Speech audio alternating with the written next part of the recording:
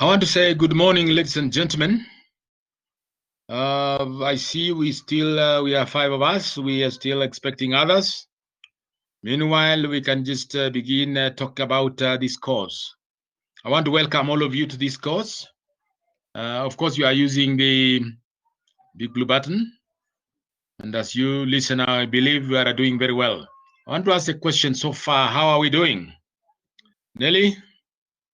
How are you doing so far in this course? This is topic 7 or lesson 7. May I hear your comments? Shadrach, Nelly, how are you doing so far as regards these classes? How are we doing so far? Now getting to lesson 7.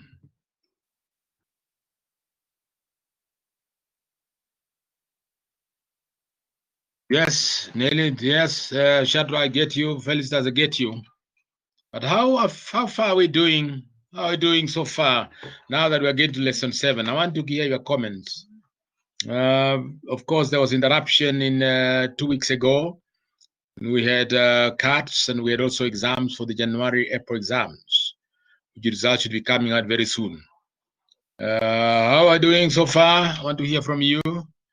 Either you grab your mic and say something, or you can chat. The chat box is there.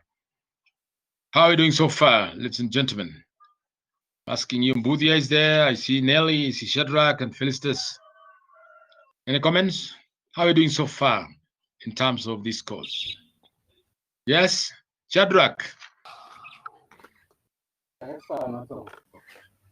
Yes, Shadrach.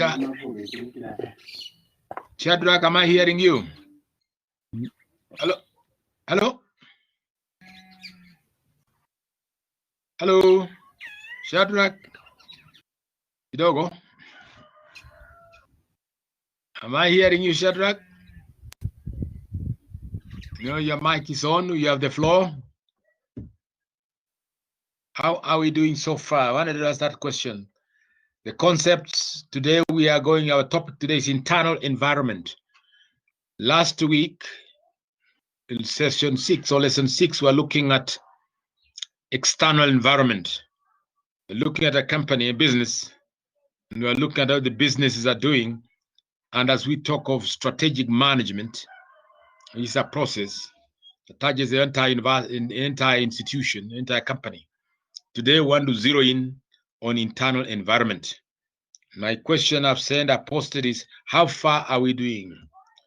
How far are we doing so far in terms of concepts? Are we picking them? Yes, Rostondop, I see Rostondop. Karibu. Karibu Anjiru. Yes, I need to hear your comments. How are we doing so far? Now getting to lesson 7. Keep your comments coming. Right? Yes, are we together? Nelly Sinja, I need to read what you're typing. How far are we doing? Are you okay? You're okay, let me know. Right, I want to hear from you how far we are doing as we move to this class. Maybe you'll answer that as we go along, but I want to welcome all of you on board. And as we continue, we are looking at internal environment. Remember, we talked about environmental analysis, looking at where we are. So far, so good. Thanks, Rosundab. I'm okay with elaborated and real-time cases have been used. Thank you very much, Nelly. Right, let's continue. Today, I have a picture here I want you to look at. Today, as we look at internal analysis of the organization. The other time, I look at external, various things that we're looking at, competitors and the pastel, more or less. We use pastel. Today, we are looking at the internal, which is more of SWOT analysis. And SWOT analysis here, the picture here is very interesting. What do we see in that picture? The picture of the day.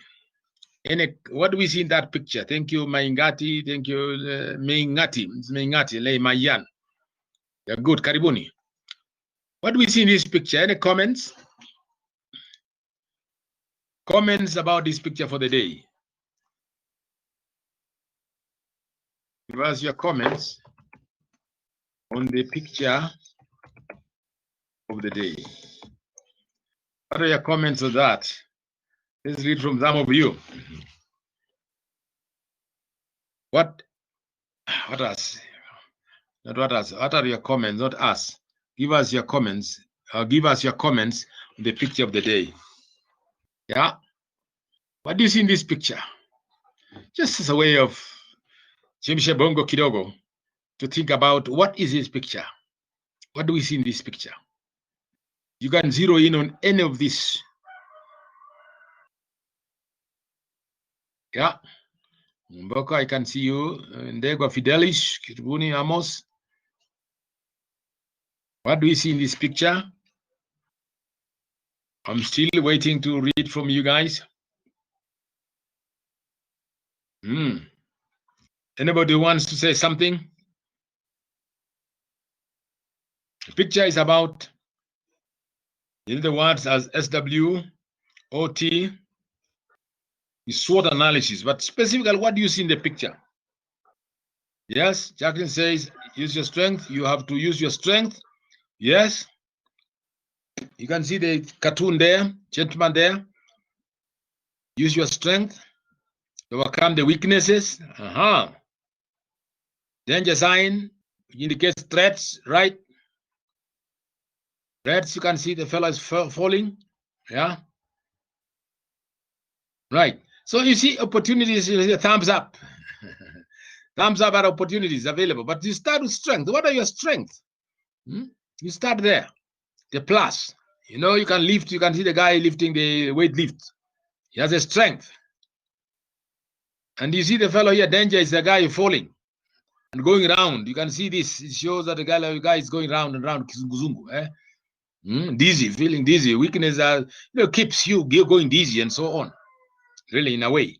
So weaknesses. And then, of course, you see here, the opportunities are there.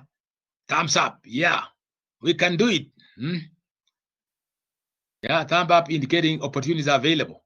Yeah, and then, of course, the fellow here, threats he's pointing the finger and, is pause a minute and think. It shows that, for one to be successful, one must understand his own strength, weaknesses, threats, and opportunities. If we use our strength in the right direction, we become strong, right?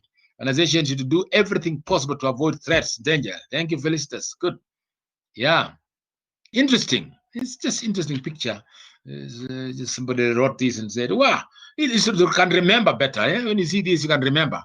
You ask a question, can you discuss what SWOT analysis is and apply it? You can easily know that. Right. Ladies and gentlemen, I think we move on. Today, we are looking at internal analysis and we want to look at the objectives. And before we look at the objectives, I love quoting the quotable quotes. And the one today, we are getting one from Jack Welch. Jack Welch, was one of the CEOs, one of the organization in the US. You can find out. Now, this is what Jack Welch said. An organization's ability to learn and translate the learning into action rapidly is the ultimate competitive advantage. Listen to that. An organization's ability to learn. Every organization has to learn. You learn about yourself. The universities today, including your own alma mater, ZTEC University, has had the ability to learn how to repackage itself and come up with new strategies of how to meet our obligations in terms of our promise. The university promised that when you come, you register with us, you join our programs, we deliver learning, and at the end of it all, you'll get your degree. That's what we have done. So for our organization, it must learn. So we have learned.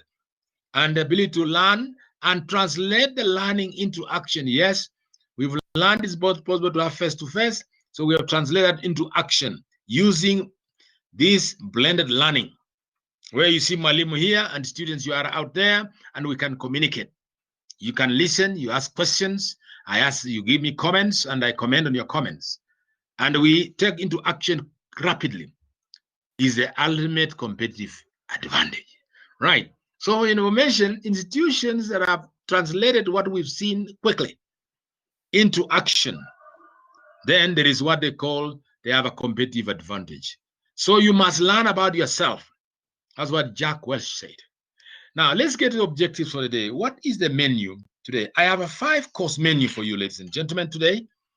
5-course menu. In the number 1, the starter will be conducting SWOT analysis. You'll be able to conduct SWOT analysis. We're saying that at the end of it all, you'll be able to conduct SWOT analysis. That means we'll be discussing about SWOT analysis. What is it? Who does it and how is it done? And what are the pitfalls and so on? And then discuss the place of internal analysis. Exactly. That should have been number 1. But it is what? Discuss the place of internal analysis in understanding the internal environment and organization. So really, at the end of the day, we should be able to discuss the place. What is the role of internal analysis in the entire environment and organization? We'll be able to determine the resources and competitive position of an organization. What are the resources? What's the competitive position of an organization? That means you're looking at the internal. Then appreciate the role of value chain analysis in strategic management. Yes, the value chain analysis in actual internal analysis, we may put it, but we're talking about strategic management. What is the value chain analysis? Very interesting to look at certain activities that synergize to be able to meet the obligations of the organization and succeed. And then explain how competitive advantage of an organization contributes to customer value. Yeah, we look at competitive advantage of an organization contributing to the customer value. By the way, these objectives are coming from your course outline, because the course outline, we talked about those items, we have converted them into objectives. Objectives are goals we want to achieve at the end of, they are actually standards that we want to achieve. They are measurables that we want to achieve at the end of this class. So this is a menu, as I mentioned here, a 5-course menu that we run through for the next 2 hours plus. And I want you to be interactive, ladies and gentlemen. We expect you to be interactive. When we post questions on the chat box or comments, please keep them coming. Yeah, I see some of you have already done what I had posted earlier. Very good. Indicates that one should be COVID. I don't know. What Fidel mentioned there. One should be aware of the strengths, weaknesses, and so on. That's very good. That was a picture. I can see positive sign on the strength and negative and so on. That's very good. The list of the organization to be everything possible to avoid. Yeah, good. So we use a chat box quite a bit in communicating. I also encourage you to grab your mic and also come in, and we'll give you opportunity to share your ideas. This is a learning process, and learning process only is two-way, because Malimu cannot be on this end and we are on that side, listening and just absorbing. We need you to act by talking, by commenting, by asking questions, by commenting, and so on. Malimu will keep you busy up to the end. So we need to keep ourselves busy because we're learning, and the learning process is two-way, and it's interactive and active too.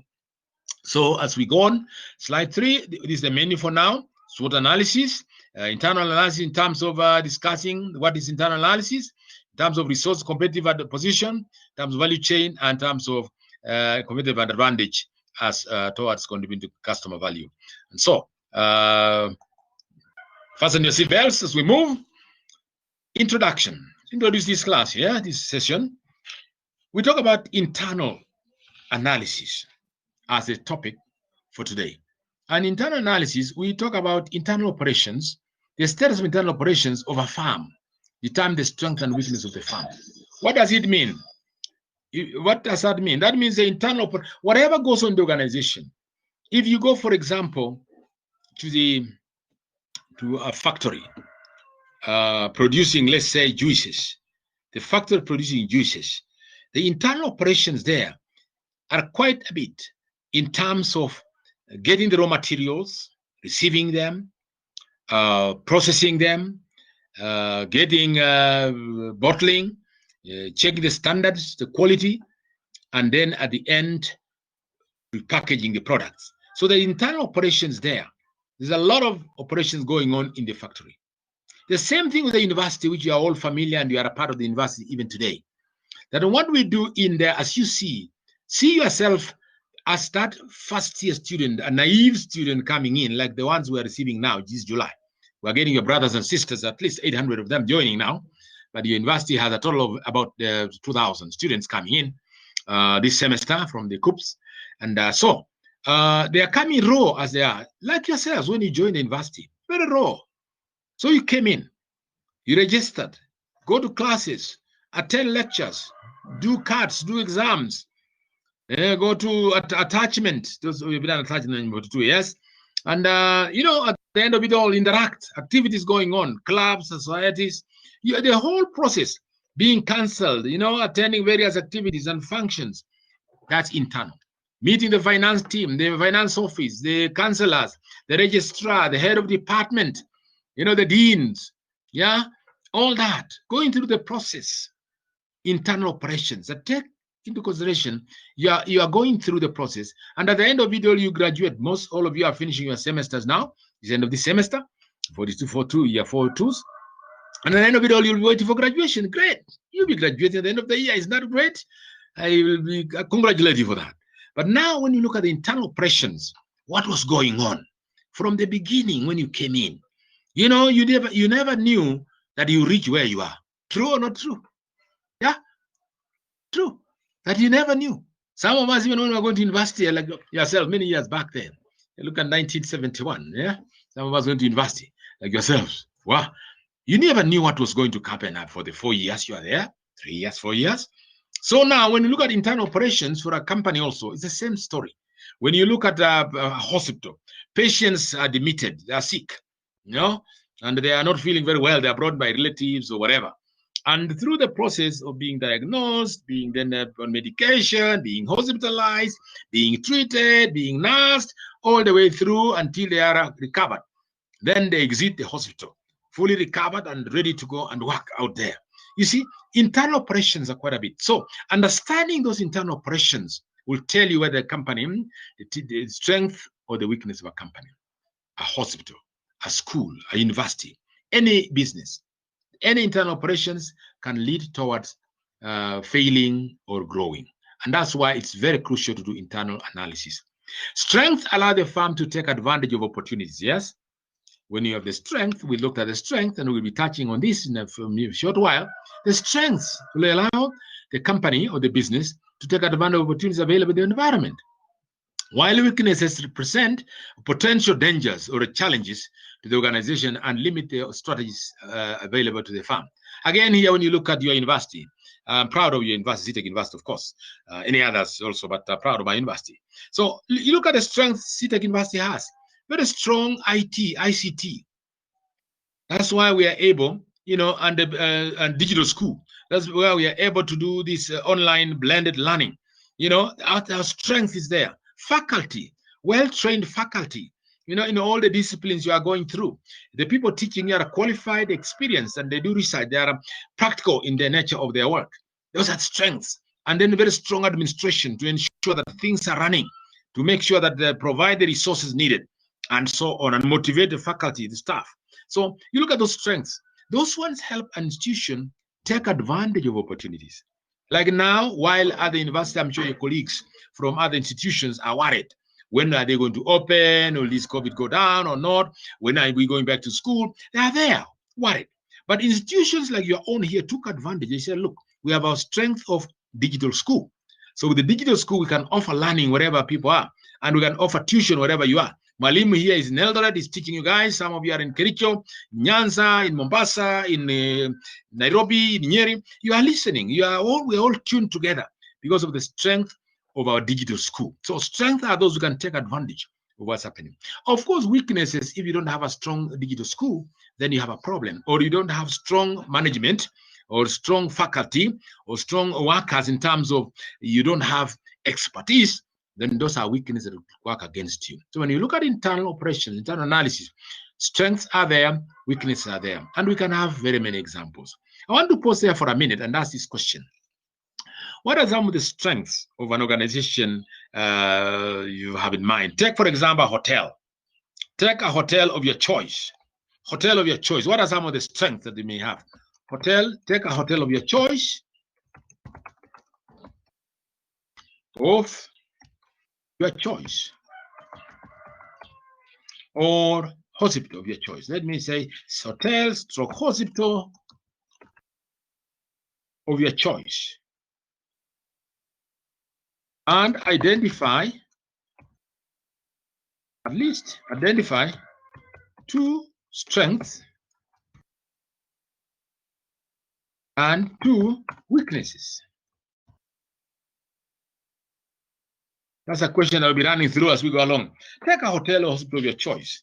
I gave an example of a school, university, and I said strong ICT, digital school. We are able to communicate with you.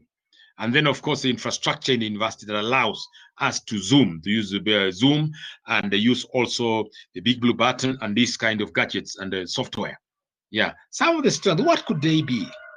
You take some strength and so on. You keep your responses coming. But as we said, strengths and weaknesses, and then the internal factors are generally regarded as controllable factors because the company generally controls them. Internal factors are those things that control the company, the organization, like personnel, like the systems, strong ICT computer system, computer servers that are strong, the software. You know, when you do exams, for example, you talk about the exams are processed real time, and you can get your results and authentic results, and more than security. Also, all those things could be there. Yeah, say that. Take a hotel, hospital. Yes, I can see people typing that. Yeah. So we're talking about that, the internal factor things that can be controlled. Now, as we move on, we're looking at SWOT analysis. That's where now my question comes in very, very clearly. The comment I made here, take a hotel, hospital of your choice. When you talk of SWOT analysis, as we saw in the picture for the day, we're talking of the strengths, we're talking of weaknesses, we're talking of opportunities, we're talking of threats. SWOT analysis is a technique of assessing these 4 aspects of a business. So it's assessing. It's a technique of assessing these 4 aspects of a business or organization. You can use SWOT analysis to make the most of what you have got to your organization's best advantage. SWOT analysis can help you to take advantage of your organization. And you can reduce the chance of failure by understanding what you are lacking and eliminating hazards that would otherwise catch you unawares. Yeah, SWOT analysis is like, you know, you are opening yourself into looking at what are the things that will make me succeed, and what are the things that may not make me succeed as a company. What are those things that can make us succeed, and those things can fail? Alan Edward, thank you. You've given us some response on some, can see there, some weakness and strengths. Hotels and hospitals can measure on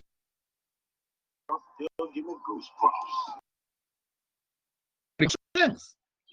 Quality service, people come in there and they are received, they're like kings or queens. When you enter there, somebody's welcoming you, welcome to this hospital. You know, very good customer care that is hospitable. It means you are accepted. Those are things that would make you go to that organization and do business with it. We know those things that are meeting, not daily operations, you know, whereby there are issues coming in. The Jacqueline Marley said hotels have good management staff for quality. Yeah, if you have good management, then you have quality. Strength, great strength, better services provided like fast aid, food, beverages, and weaknesses can be competition with others. No, competition, a threat really, not a weakness, but a threat with other hotels and so on.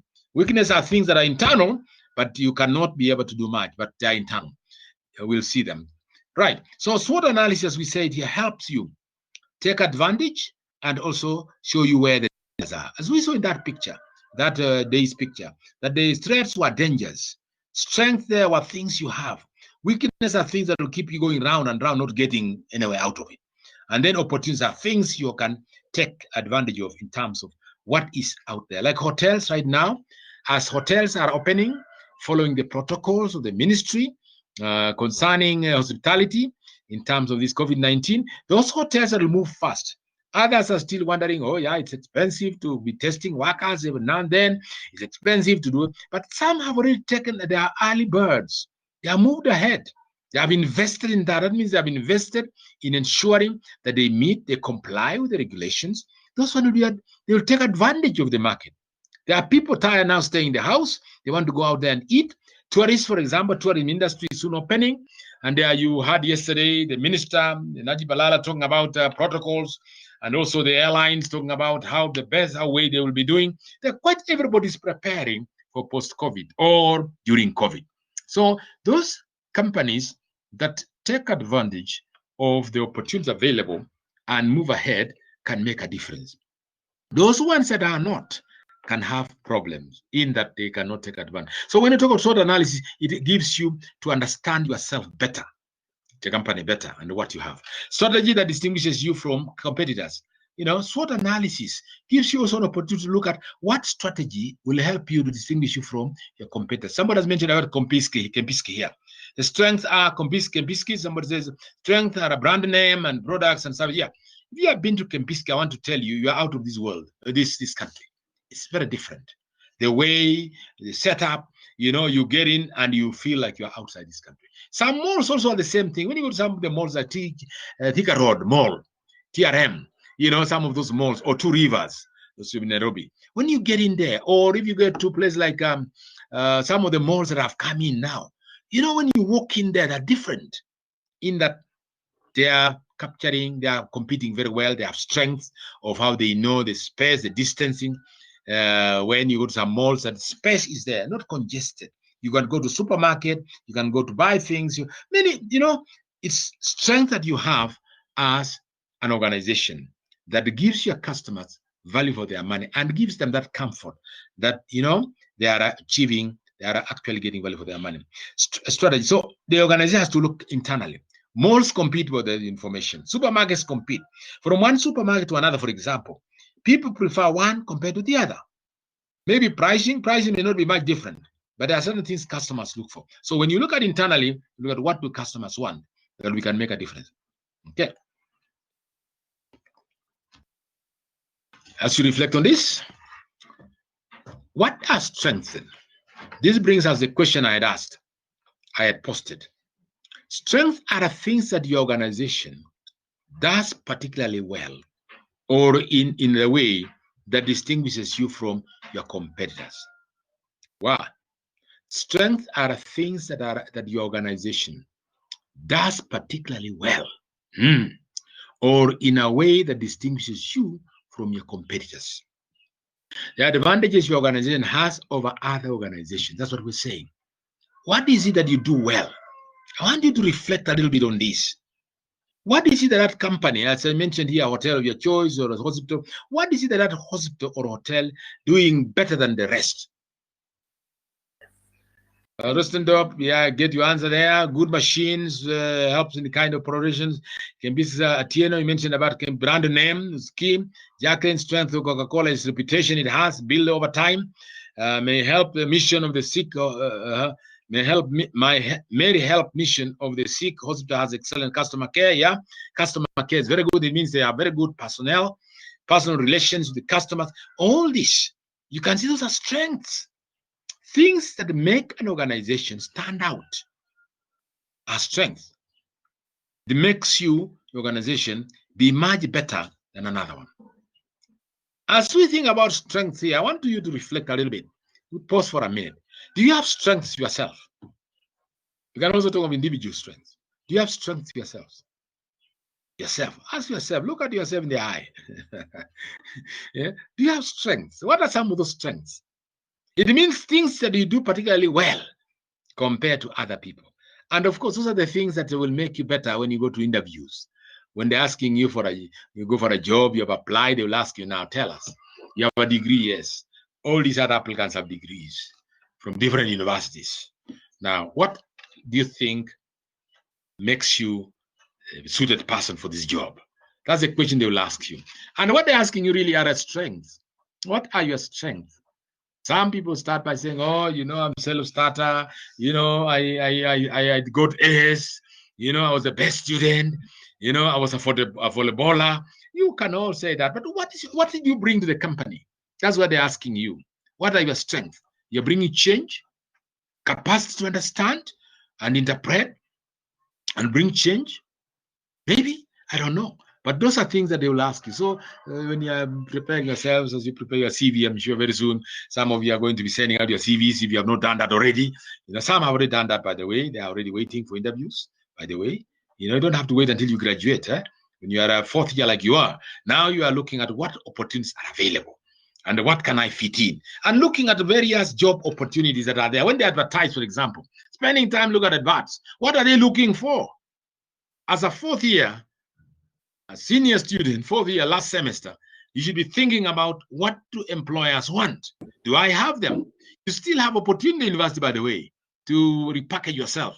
Although now we are studying off campus, but the thing is, there are certain things that you could do wherever you are to strengthen your portfolio, so that when people look at you, they say, wow, Rostendorp or Josephine or Atieno, or Jacqueline, they are ready. They have these strengths. They are competing with the people from Jomo Kenyatta University, from Dedan Kimathi, from Masinde Muliro, from Tuk. You're competing with everybody else. But what makes you stand up? Those are some of the things you get strength. Even companies and businesses, it's the same story. That, companies have to tell you they position themselves. Safaricom is there. Airtel is there. Telecom is there. All these others are there. Banks, transport companies, everything else, supermarkets. Everybody's competing in the marketplace.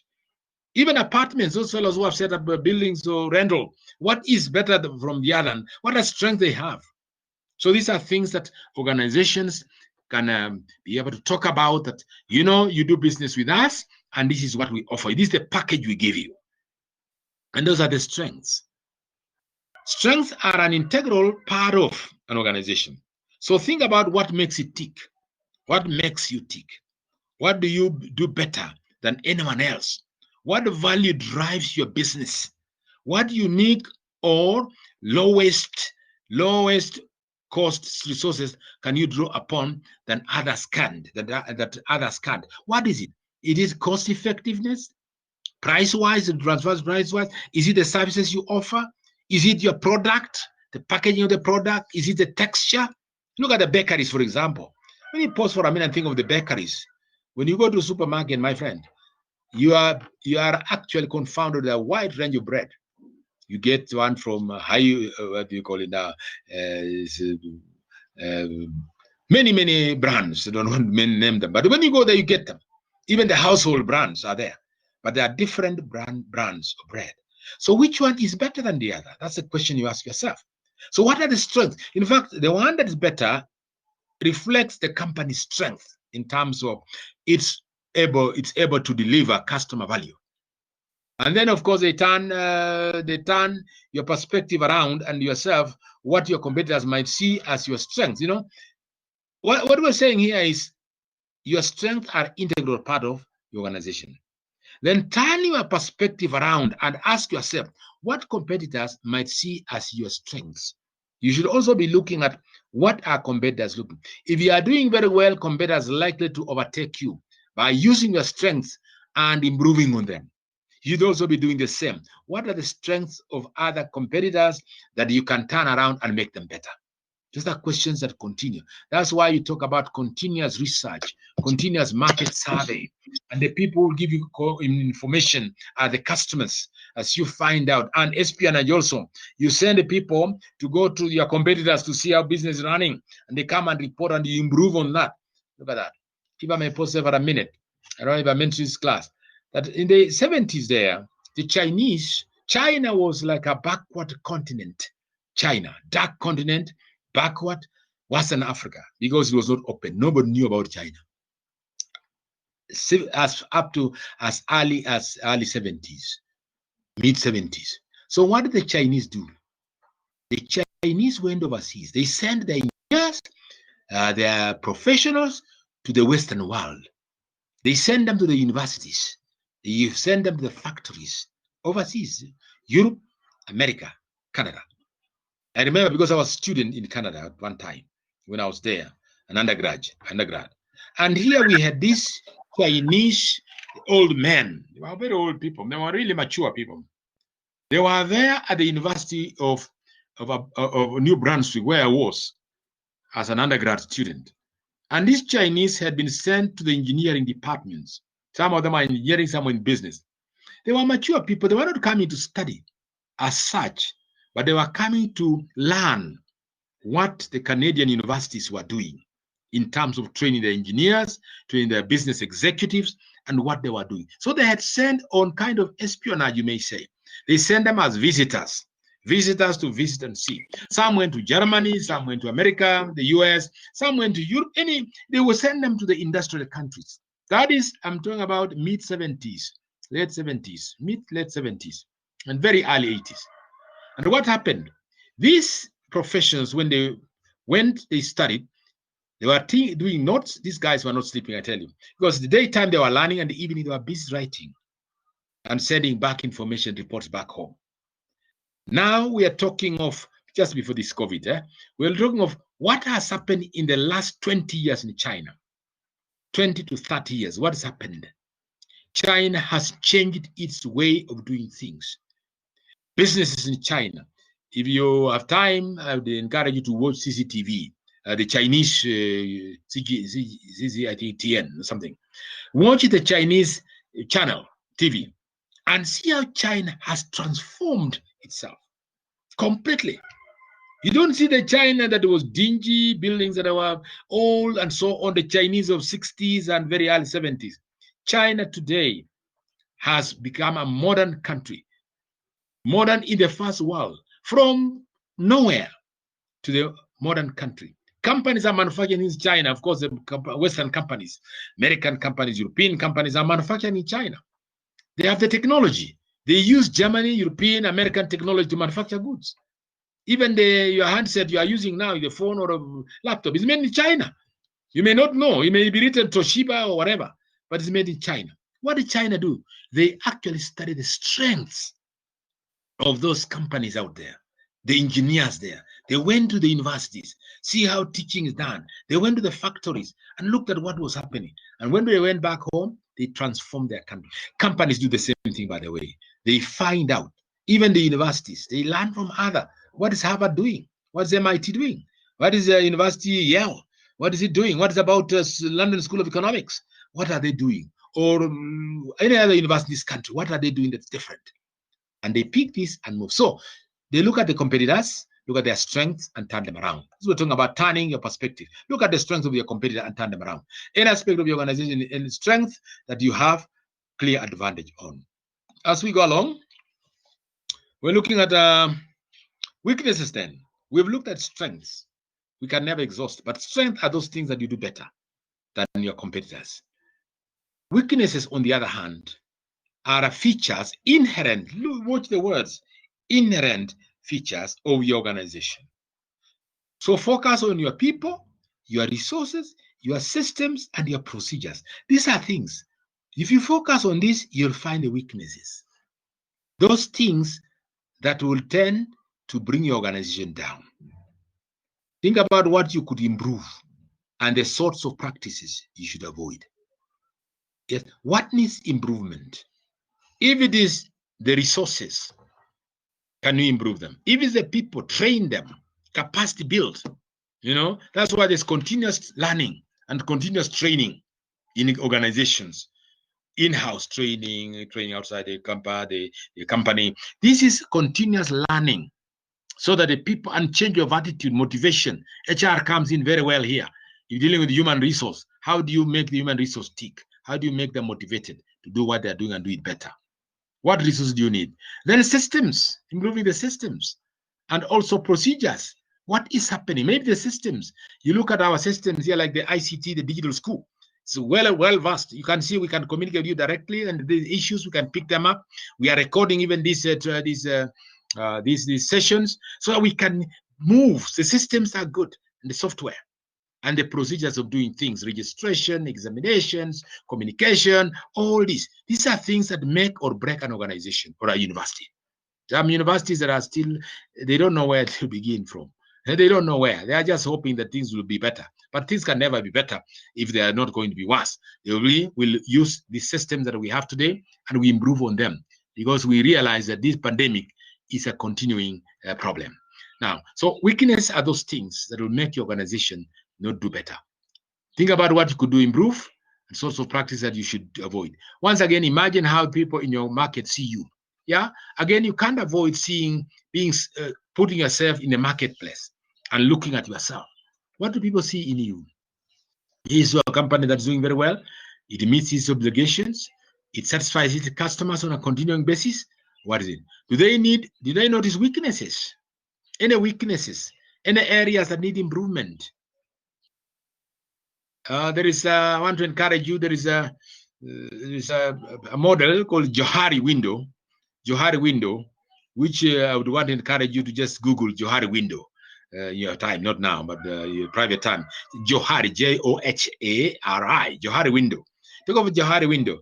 The Johari Window divides square into 4 quadrants. There is that part which you can see yourself and others see. There's that part you see yourself and others don't see you. There's that part that you see others, others see you, but you don't see yourself. And there's that part that's blind, nobody sees. You don't know, and other people know. So that's the Johari Window. How do you minimize that and expand what people know about you? So this is Johari Window. So when you look at these weaknesses, you look at those areas that you are blind, you don't know what's happening. What do customers see that is not very, very good, that they will want to go away from your business? Those are things that you need to see. Look at yourself from that perspective. Take time to examine how and why your competitors are doing better. Weaknesses actually will come out. Why are they doing better? Why are they selling more? Why are there more people there? Take example of these shops or businesses. You see some people flock there. Others selling similar products in the same region, no people go there. Very few people. In the day, maybe they may see 1 or 2 customers. While the other one is seeing a whole chain, a whole queue, people buying from that shop. Same price. What's the difference? So as an organization, you should observe what is happening in the environment and see yourself in terms of what are those things that your competitors are doing better than you are or they are lacking in your organization. You see even a shopkeeper, simple. When customers come and ask, do you have a thermos flask of this type? Oh no, this is what we sell, okay? Next time another one comes, that's the same thing. That is telling you something, that you are lacking something the customers want, or products. They may ask, do you have this or that? No, we don't. Another one comes, do you have this? This is information that should help you to begin thinking in terms of, that's a weak area. You don't stock all the products that customers want. Can you improve on that? Can you do them better? And even learn from others. Where do they go? When they miss from your shop or your business, what do they do? It's the same programs like the students when they ask about degree programs. Oh, do you offer this degree in your university? Oh, we don't. What about it? We don't. That tells you that and if there are more people inquiring, it means there is demand for that. And that's a weak point because you are not offering that product. You need to think about it. Resource available and you can do it. That's the direction to go so that you improve on that. Right. Then what are opportunities? We're talking of SWOT, S-W-O-T. So SWOT, what is O? O here are opportunities. And what are opportunities? These are openings or chances for something positive to happen. These are openings or chance for something, but you will need to claim them for yourself. What are those chances? What is it that is unmet? In other words, opportunities are an unmet need in the marketplace. And you can tell this by customers. Give an example of customers coming, they're asking for the product, you don't have it, another customer asks for the same.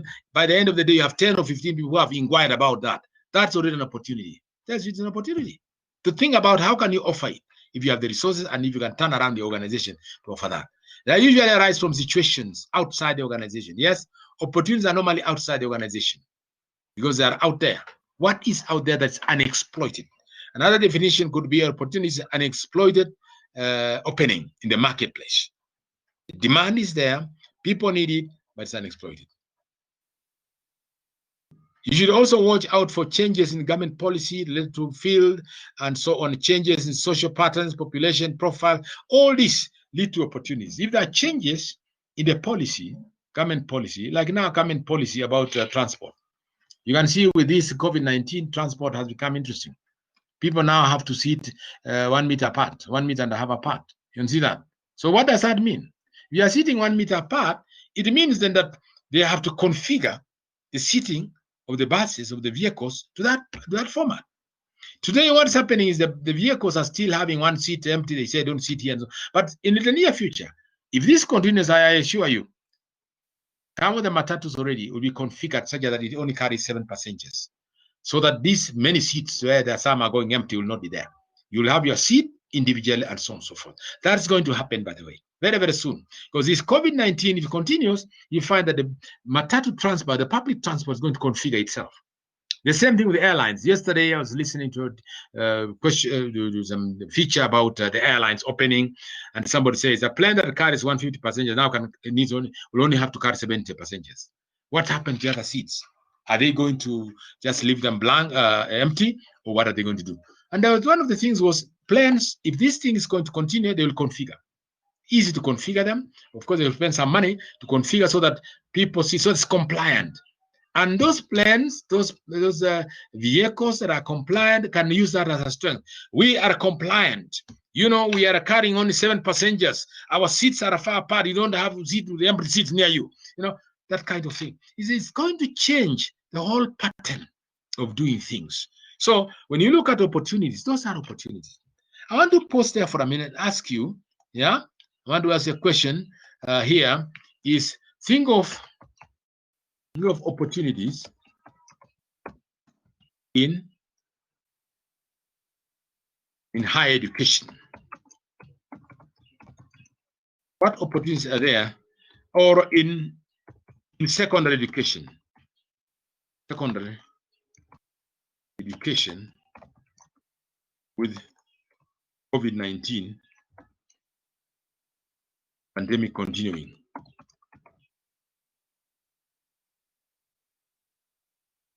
But think of opportunities in secondary education for private schools.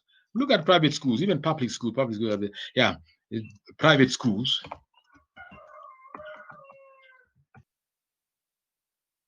With COVID-19 continuing.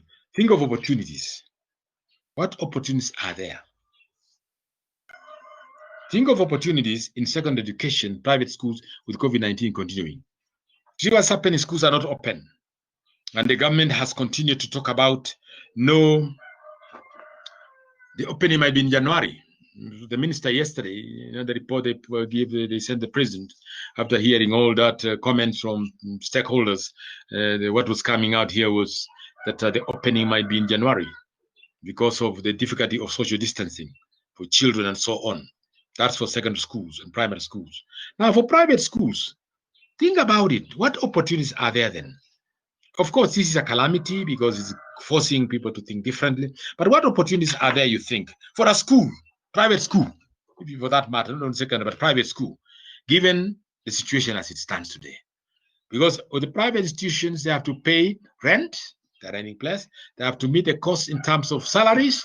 They cannot just send people home and tell them there's no salary.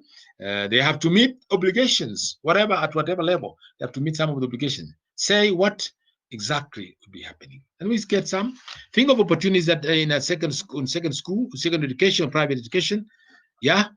Brian Omondi, thank you very much. Starting online studies. Yes, it's a good one. Starting online studies. Improving the IT department. Tieno, yes. What will the IT department do? Maybe they say something. What does the IT department is for using it as a platform for learning? Yes. For studies. Thank you. Yeah. Improve the IT department for studies. Right. What about any others? What are some of these opportunities? Either starting courses online. That means you improve your IT department. Of course, some schools are doing that. I know some schools already, second schools. They are already using what they call Google Class. And I know friends who are doing that. They say, wow, it's very good. You know, they have gone that direction. Anything else? Let's see. Think outside the box. Think of opportunities in second school or in schools, private or primary. Of course, primary are heavily regulated, by the way. Even secondary they are. But teachers and schools will receive more respect, appreciation, and support for their important role in society. Yeah, the opportunities are there. Yes, teachers receive the respect because, yeah, somebody yesterday, very interesting, he was commenting to one of those radio stations and said, look, the teachers now are telling the parents and the stakeholders, we were telling you that teachers play a very important role. Pay them better. That's what we have been asking and begging and begging. Today, you can see With your children at home and with your parents, you are now struggling. Because many parents are now saying, oh, schools should open early, possible. They're struggling. So now they can see and appreciate the importance of teachers, the role they play in keeping those children in school. Otherwise, these children are available. I have some grandchildren, and I can see it's a tough job keeping them around. But you see, so they're all. So you can see the opportunities. Of course, coaching still online, very good. That's very nice, Rostundab, thinking. Providing internet services to students, yeah. Zoom meeting for students and parents, teachers, and so on. Of course, private tuition can go through this. Paying teachers timely, they will definitely get the job done. How? Alan, we are talking about they have been told not to meet, to go back to school. And the question is, they are not going back to school to learn in the normal way. What now? What are the opportunities that are available for those schools? What are they? Zoom learning, those are opportunities, things that the schools can offer learning through other modes that are accepted modes of learning, not tuition directly. Good, that's good. You can look at opportunities available, creating a website for conducting examinations with well regulation. Very good website, and people log into it. Yeah, very good. So you can think of other industries also. Maybe by talking of education industry, I confined you guys, but you can go beyond those industries. Teacher collaboration will grow, help improve learning. Yeah, many opportunities are there. Government can now see that the need for teachers and so on. Right. Okay. Looking at the next slide, we're looking at what are the threats? We talked about SWOT, strengths, weakness, opportunities. Now, the last one is the threats. Remember the picture when we were seeing that fellow is sleeping and falling? I mean, there was a danger zone there. You saw that danger sign. Threats are actually a danger sign. They're outside there. They're more or less something that can happen. If somebody told you that COVID-19 was coming, people would have laughed you and laughed you off. Oh, what are you talking about? This is a Chinese thing. It's Wuhan, China. Wuhan is in the central part of China, the northeast or whatever, China. And so they would say, well, you are a joker. You tell us about COVID-19. But look at it. 6 months down the road. Actually, 3 months it hit the continent of Africa. 2 months it was hitting the continent of Africa. It started with Europe. Very quickly, Europe, Middle East, I mean the Mediterranean, Italy, Spain, and so on, did quite a havoc there. It was spread to mainland Europe, UK, crossed there, and across the US. And then it came to Africa. People would have laughed at you. So these are threats, things like those. Disease that has no cure. Nobody ever thought about it. Last year, this time, I don't think anybody would have told you that this kind of thing could happen. They would think you are crazy. You are just thinking of the things of the world that are outside your head. That's what they would have said. But look at what's happening. So what are threats? Include anything that can negatively affect your business from the outside, such as supply chain problem. Yes, suppliers stopping supplying. Like now, if you are actually doing manufacturing goods from China, you have a problem. In fact, the supply chain there was interrupted drastically. So manufacturing went down. Shift in market requirements. Yes, the market is changing. Or shortage of recruits. That means shortage of faculty staff. So that's a threat. Anything outside that can negatively affect. It's vital to anticipate threats and to make action against them. To anticipate and be able to mitigate them. That touches on risk analysis, risk mitigation. How do you mitigate against those risks? If it's going to happen, it has happened now, you're importing things from China or importing from elsewhere, you might be forced to do local manufacturing. What are the local raw materials that are available? So you anticipate the threat and look at what actions you are able to take. Think about the personnel also. So the threat here now, it has affected also personnel. You have to come up with new ways of handling your personnel so that they avoid going to court. Because they take you to court if you don't pay them. You can't say, oh, you can't cite COVID-19 that, oh, there's a hotel which was one of the hotels, the Norfolk. Remember, the Norfolk sent out a letter to all its employees saying, look, from 1st of this month, or next month, or by this date, nobody will be employed. They were sending everybody home, citing COVID-19.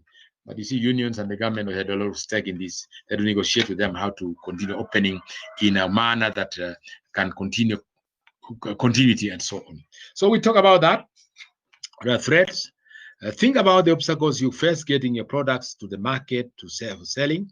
You may notice that equal quality standards are there. Yes, NEMA is there, KBS are there. Those are some of the threats if the standards are changing. Evolving technology is also a threat because you don't know how it will affect you. You know, those institutions that use the yesteryear kind of technology have been left behind as obsolete if they don't change their way of doing things. Always consider what your competitors are doing. That's key. Always consider what your competitors are doing and whether you should be changing your organization's emphasis and so on. You know, so that's the kind of thing. Always consider what your competitors are doing. So threats are things that are outside there. They are unforeseen, because if they are foreseen, then you can prepare for them. But if they are unforeseen, there are things that will affect you, like weather. If you are in farming, for example, the large-scale farmers, you know, you prepare the land, hope that the good Lord will bring the rain at the right time, and you also realize that the rain's delay or there's too much rain, it affects your crop. These are threats that come in when you are in that kind of business. And threats in industry are your competitors' decisions that will affect you directly or indirectly. Suppliers, on the other hand, can behave funny. Our customers, they may shift the demand. They may refuse certain products. Like one time, the question of asbestos products, like things like roofing tiles. They used to have asbestos. Now, if you are in asbestos industry, my friend, you have no business because asbestos industry is gone. People say it is linked to cancer. So, although government buildings, some of them are still roofed with those. But generally, any product that has asbestos has been removed. Although, unfortunately, the pipes, water pipes, I know in my village, many years back there, that was in the 60s, when they were laying the first pipes. You know, they used to call it Johari water supply in Bungoma County. Those pipes were actually more or less they were asbestos. So if you're in asbestos industry, you close the shop because those are threats. For example, threats of some kind. We talk about that. Always consider what your competitors are doing and what is happening. And legal also items come in, the laws that may be passed by the government and so on. What other threats are there? Can we think about here? Yeah. Education videos, I really, when with our question which you was asking, what opportunities are there? TV channels, edu that, crisis will help education sector. Richard, you said YouTube, yes. Question here, think of threats. Give us examples. Give us examples of threats that may affect the soft drinks factory.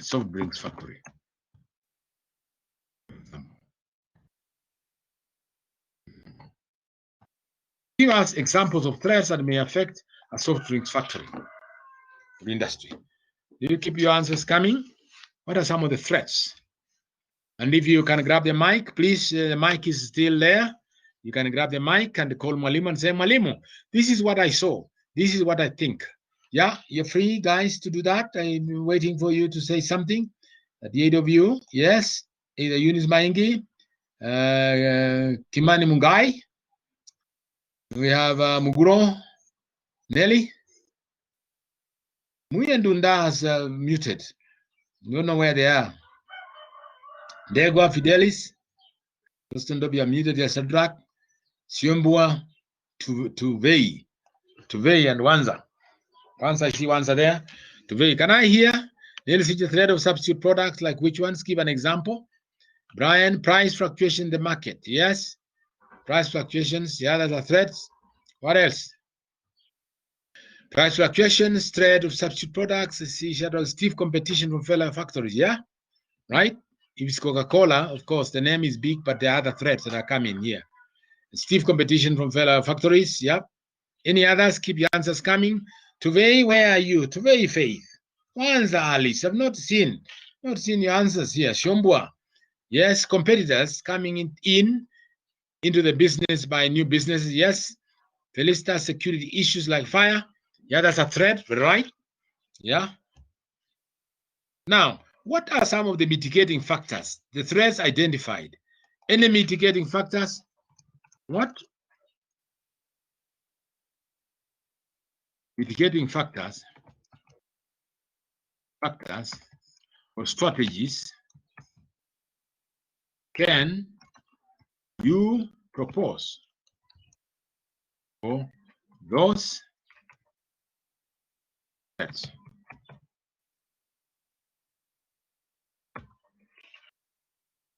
What mitigating factors,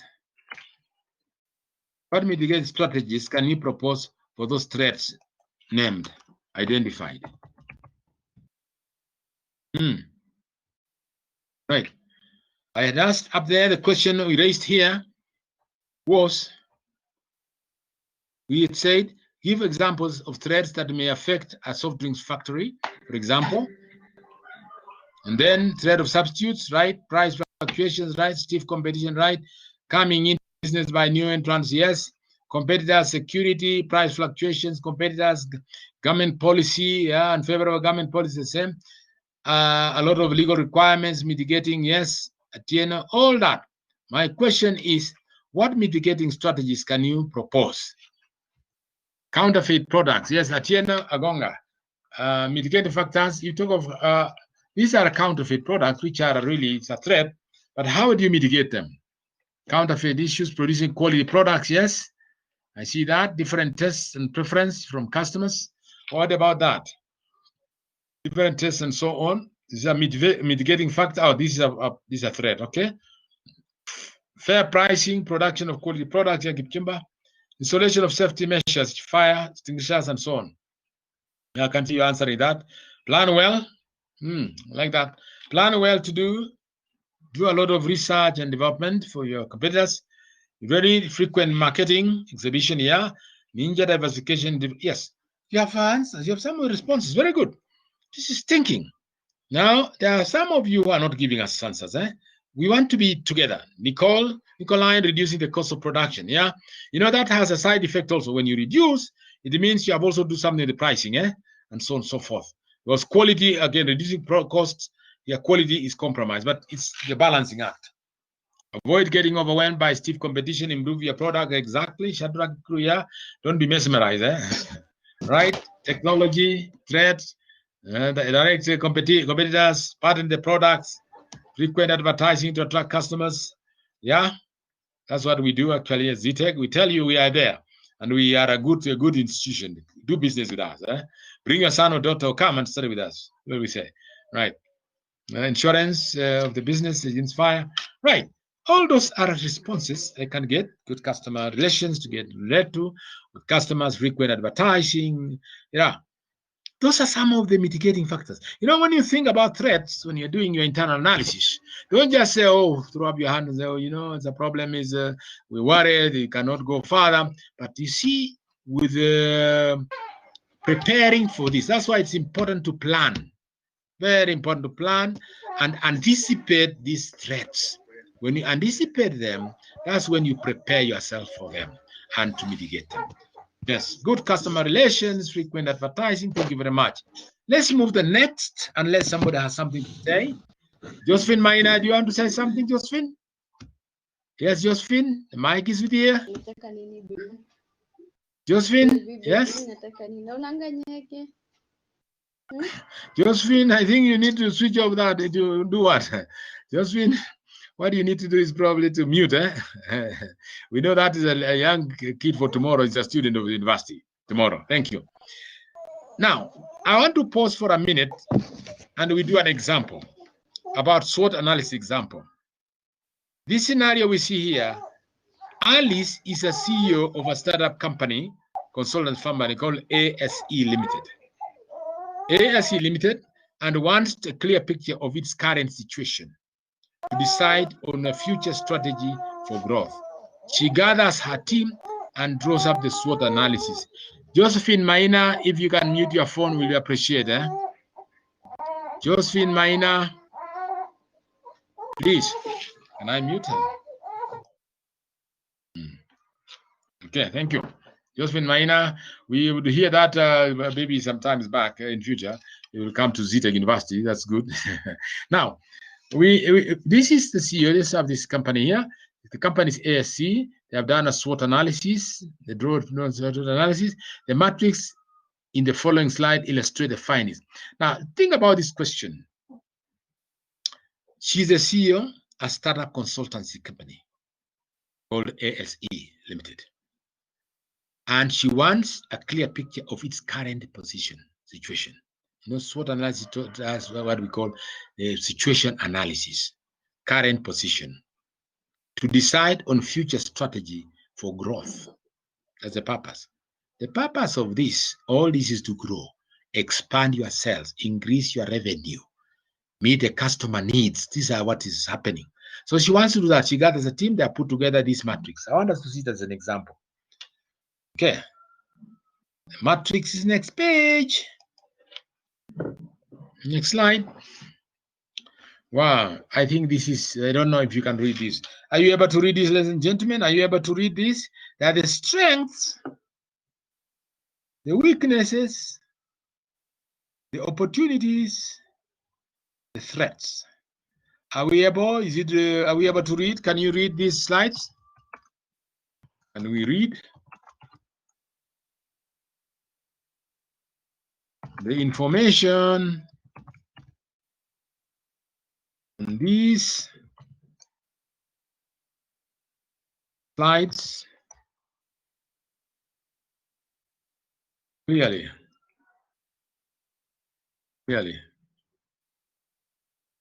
I see most of you are no, yes, no, yes. What does that mean? Yes, we can. No, we can't. We are now in between. Yes, we can. You can read it. Yes, I can enlarge this. Let's see how to enlarge it. Want to enlarge this? We enlarge it here a little bit.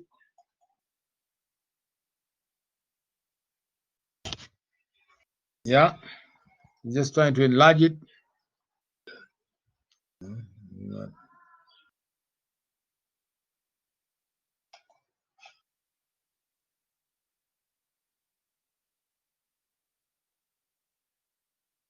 Okay, don't worry about it. I'm trying to get this done. Enlarging this a little bit. Enlarging this a little bit. We'll do one after another. I think we'll do one after another, after another, after another. What do you do well? What unique resources can you draw on? What do others see as your strengths? This is what they did. They came out with these strengths. We are able to respond very quickly. We have no red tape. That means we have no delays. No need for higher management approval. That means it's a flat organization where decision making is faster. That's what it says here. Decision making is faster. Then we are able to give really good customer care. Lead consultant has a strong reputation on the market. Yes, we know the market. Our name is big in the market, as we say.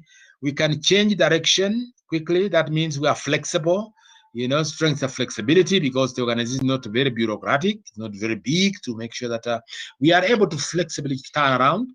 And then we have low overheads, and so we are better than others. We have low.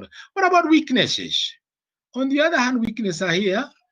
What could you improve? You look at what can ASC do? Our company has little market presence or reputation. That means we are still a young startup.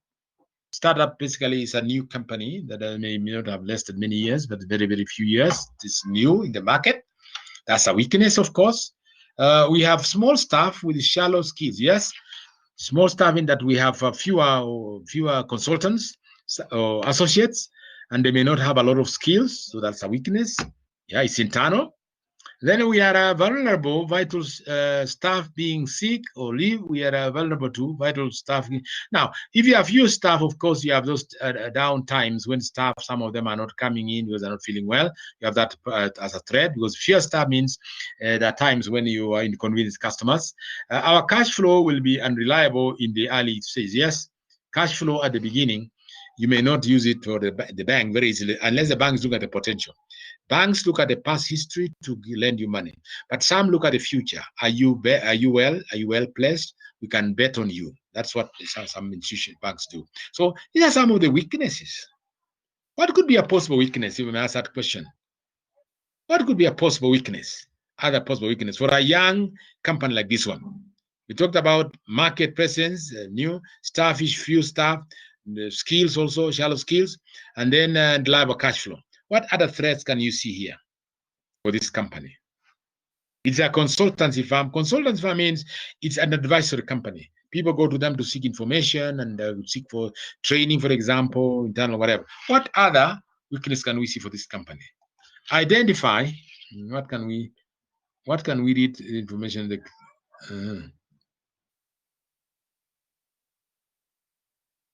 Yeah, I did that. Yeah. Question I'm asking here is identify 2 other threats. Other threats. Oh, not threats, the weaknesses. Sorry. Are there other weaknesses for this company? For this startup company. Startup. No, startup is a new company. Startup company. Identify 2 others. Identify 2 other weaknesses for this startup company. What are they? Is a startup? It's a new company in the market. It's not been there for long. And we've seen that having embraced use of technology or software, so it's doing business. Identify 2 other weaknesses. Yes, having not embraced technology. Very good, Sinja. Technology. They have not mentioned it. In fact, there's consultants that is online. So that's an area. It's a weakness, could also be an opportunity. But the weakness because they have not impressed it. Any others? Any other members? Right?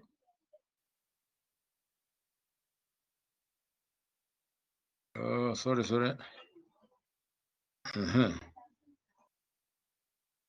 Now I want to move down to, as you come, you get the responses coming. I want to move to opportunities. What opportunities are there? And as we can see, opportunities are there. Opportunities, sector expanding. Not use the particular market and its audience customers. Yamutuku, that's still a threat. It's very good. Yeah, Alan, customers trust in you and the service offered. Yes, they may be having that problem. Now, look at opportunities. What opportunities are open to you? What trends could you take advantage of? How can you turn your strengths into opportunities? Lack of quality goods, goals, employees are not motivated, weak brand name, yes, new poor quality, all those are goods. Lack of quantitative goals, weak brand name, right? Let's look at opportunities now. Thank you for keeping those answers coming. Opportunities. What are the opportunities open to you? What trends could you take advantage of? How can you turn your strength into opportunities? Yeah. As I'm looking at how can you turn that around? Our business sector is expanding with many future opportunities for success. That's what they say. Yeah. And then local government wants to encourage local business. Yeah. Our competitors may be slow to adopt the new technologies, which means they have adopted technology. So here, opportunities are really, as we said, things that are out there that you can take advantage of and tap into. I see some of your answers here, which is very good. Lack of quality goals. Employees are not motivated because it's a small company. You can't pay them much. Brand name is weak. Lack of quantitative goals. Yes, you may not have inadequate training. New employees, you see, with a small company, you may have that problem. Chris, yes, Chris, you want to tell us something, Chris? Yeah, right. Losses in operations, yes. You may not have broken even because of a weak financial base, really. Now, let's come to opportunities. If we can turn around, let's turn our focus on opportunities.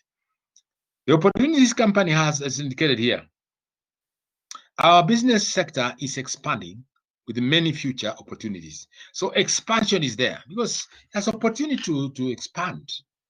Local government wants, now local governments, county government want services. Assuming that there's no corruption in terms of who they identify as a consultant, there are opportunities in local government. Right. Then, of course, competition may be slow also. Competition may be slow to adopt new technology this company has. Let's look at the threats. Now, what is out there that we may not know? Aha, threats are here. Okay, threats could harm you. What is your competition doing? What threats do your weaknesses expose to you? Yeah, weakness expose you to threats because if you don't have technology, it means the threat will come. People come in and run with technology. So here we are. Let's look at this. What is it saying? Development in technology may change this market beyond our ability to adopt. That's a threat. Development. This is what they came up with. That the technology out there might be the level of really online consultancy. You don't have to be visited physically. I can do consultancy from where I am. Look at your organization, do SWOT analysis of the organization, and seek information and have video conferencing with you, and be able to answer your questions and answers, and be able to write a report, and be able to give you a solution. So that can be a threat to a small consultancy firm that is just started. Yeah, possible. Then small change in the focus of large competitors. Yes, and small change in terms of competitors, and so on and so forth. Right. Having done that, I saw some answers still here about the weaknesses: poor management skills, unqualified skills, high structure, employee part-time. Yeah, it's very good. Right. Let's move to the next slide. Having done SWOT analysis, let's look at the next one. The next one is looking at, just again, let's get back here.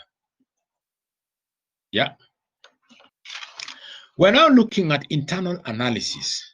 You remember the topic we're dealing with is looking at the internal setup of the organization in terms of environment, the internal environment. The last session we did was, a lesson was external environment. Today we are looking at internal environment. And as we look at internal environment, we talked about SWOT analysis as the tool they use to look at the organization. Now, when we look at internal analysis, what are we doing? Is exploration of your organization's competency then. Cost, position, and competitive viability in the marketplace. What does that mean? It means when you look at internal analysis, you are looking at the exploration of your organization's competency. It's the same thing as doing what we ask you to do, capability statement. When employers, serious employers want to hire a worker, an employee, they'll tell you, 5 of you have applied for these positions. 1 position you have been shortlisted. You're 5 of you. Can you tell us? Give us your what they call a statement, your capability statement. Tell us your capability statement. This job is that of a senior manager in, let's say, value chain distribution for whatever products or services. Tell us. Give us your capability statement. That means you have to look at yourself and say, what are you capable of doing? Yes, you're a well-organized person. You have the knowledge and skills. You have you are a healthy, good health. Basically, you're in good health. You're not a sickly person to keep you away from work. You have IT skills. Yes, you understand. You're a go-getter person. You know, you're an extrovert. So your capabilities, you can network very well with other people and with these skills. So anyway, talk about yourself. Now, when it comes to a company, you look at internal analysis, explore the organization. What is your competence as a company? And that's why when companies advertise for these tenders, you have to put in your profile. They ask you to give us your profile as a company. Can we do business with you? We have this tender. We want you to supply, let's say, oxygen masks.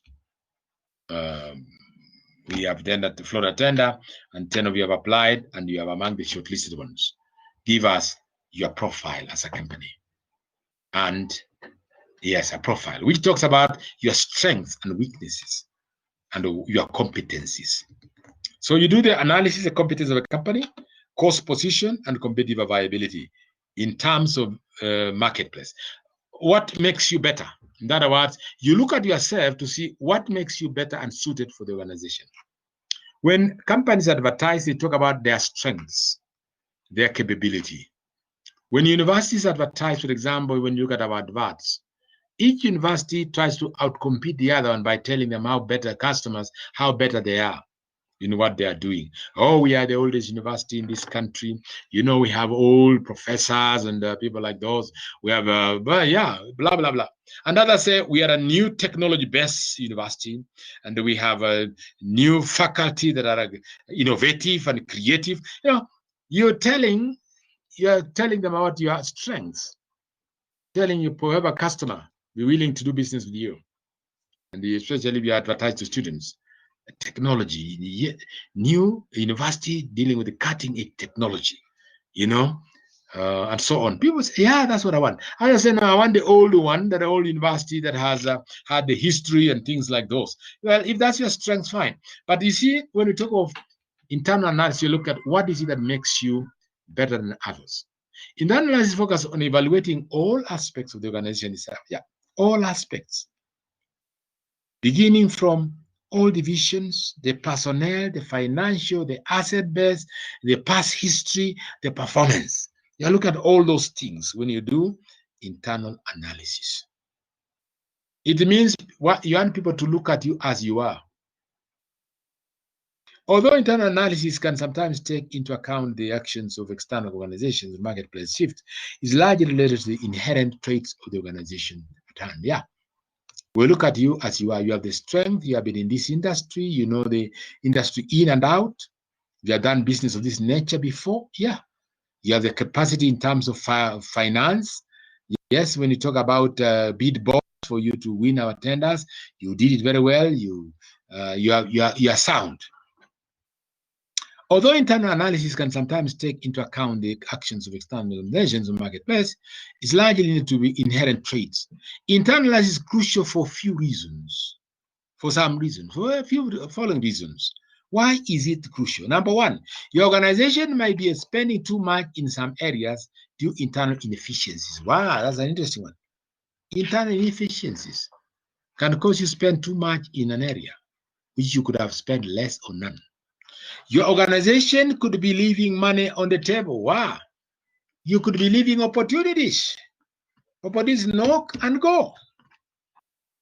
Opportunities are landing. So internal analysis answers those two questions. One, are we wasteful?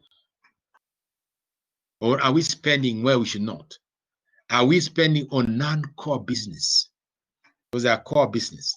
For example, in a university, our core business is to teach and do research, to teach you guys and do research and encourage you to move that level.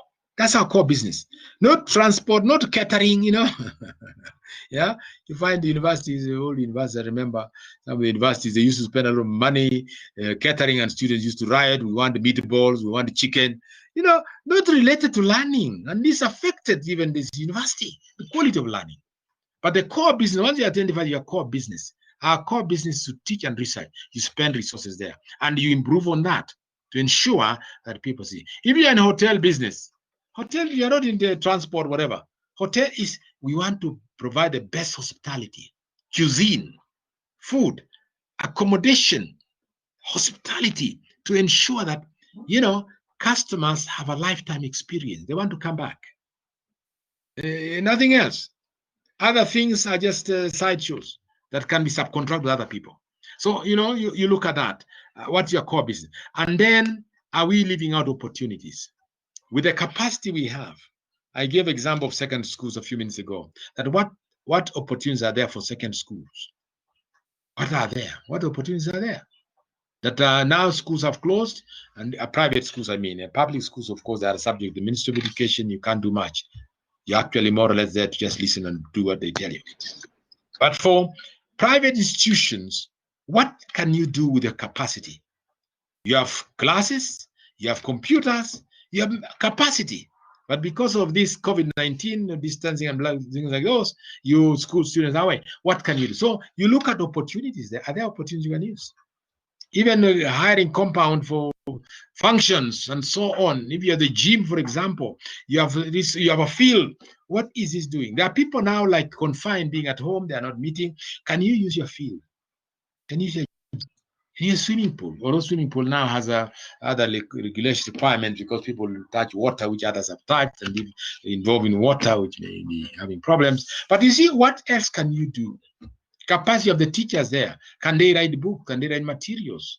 Can they do things? So I'm just mentioning that, you know, when you look at internal analysis, you're looking at dissecting yourself into what are things that are possible, what are things that are we not core business, and what is that we can do very well. What happens as you do internal analysis? I pause there for a minute. Any comments? Internal analysis? Internal analysis? Any comments? Any comments on internal analysis?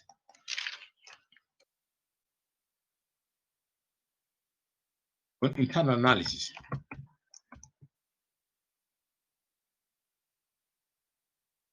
For an organization of your choice. Any give us comments on internal analysis or an organization of your choice. Provide some comments on internal analysis for an organization of your choice. I'm waiting. Even examples of even the university. Yeah. Provide some comments on internal analysis of an organization of your choice. Ladies and gentlemen, can you provide? Waiting. Is somebody by using your hand, raising your hand, or by grabbing your mic, or you can type in. You can give us some comments here. Typing in. Yeah. Ladies and gentlemen. Yeah, Simi Wanyonyi, I see you there. Yes. And him can stand a little bit. Yes. Any comments? Atieno? Shadrach? Give us some comments. The internal analysis of your organization. The organization of your choice. Felicitas Bogo. Jacqueline, I'm okay. Wow. Nelly. What happened? These people. Maya. I'm waiting. Rostondop. Yes, Rostondop. Always you're active. What's happening today? Can you give us yeah?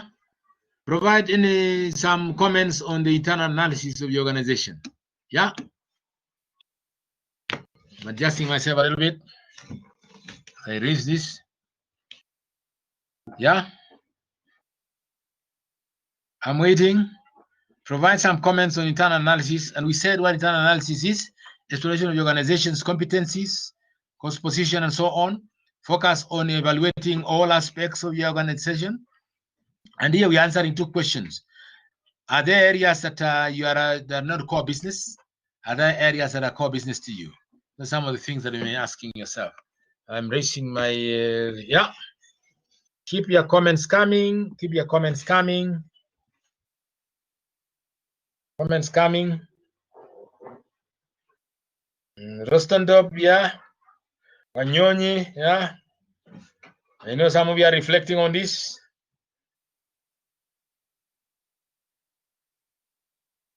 Provide some comments on internal analysis for an organization of your choice.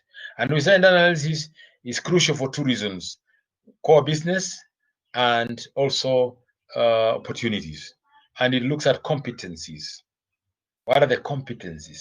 So you choose an organization, the bank, the manufacturing plant, supermarket, and look at some of the comments. You can comment on their internal analysis. What are their strengths, for example? What are the competencies?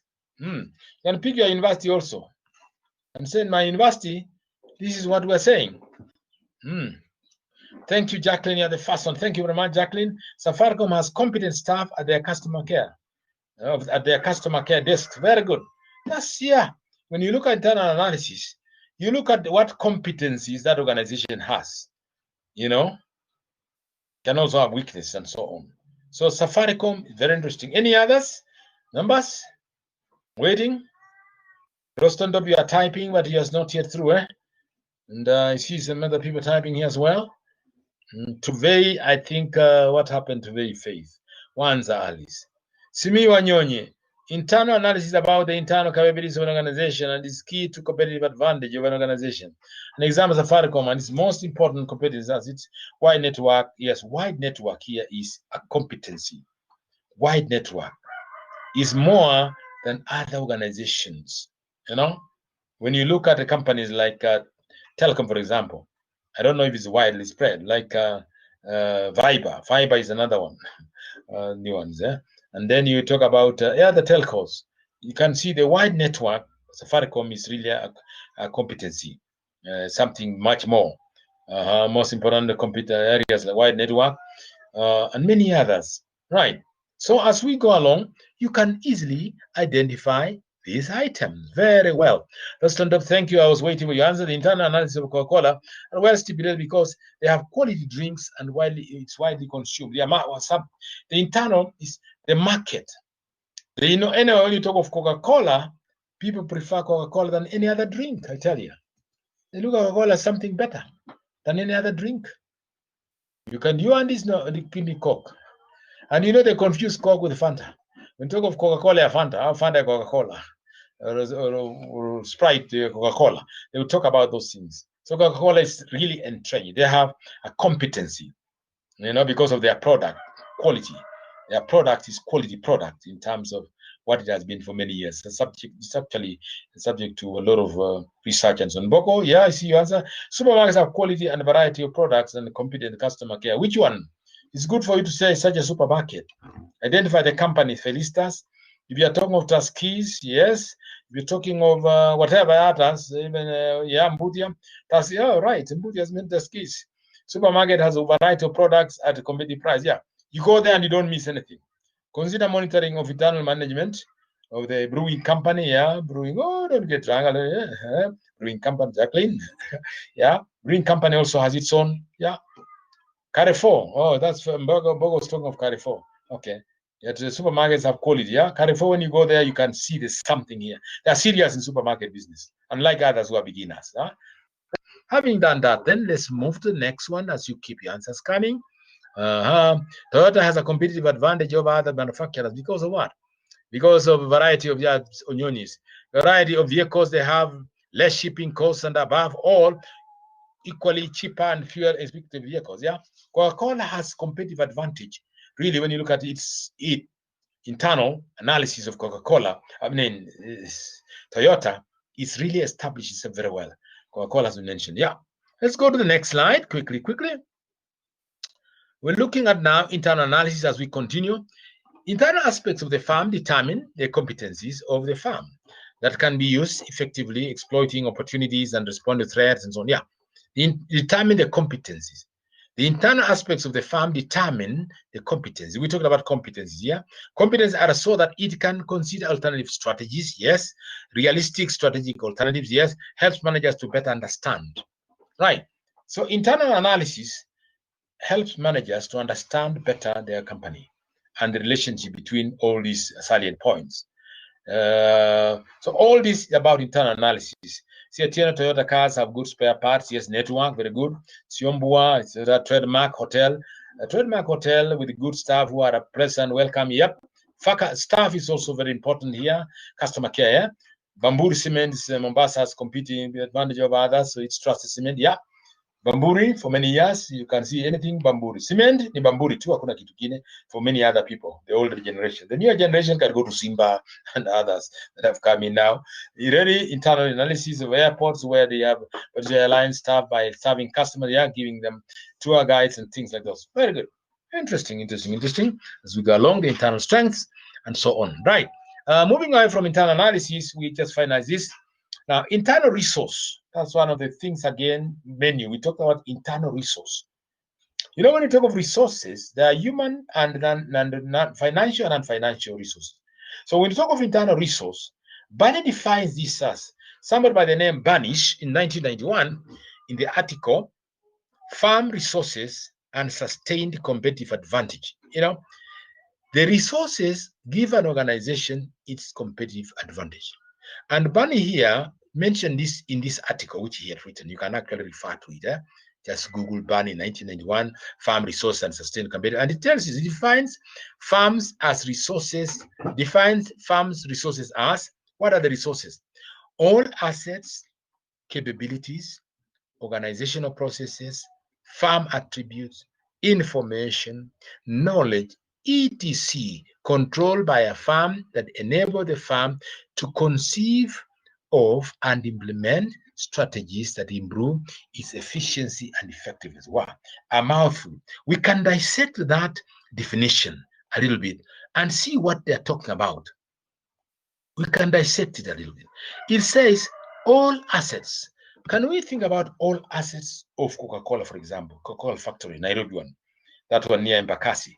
Coca-Cola, the factory in Nairobi, Embakasi. Coca-Cola assets. What does Coca-Cola has? First of all, it has a good brand. Assets a good brand.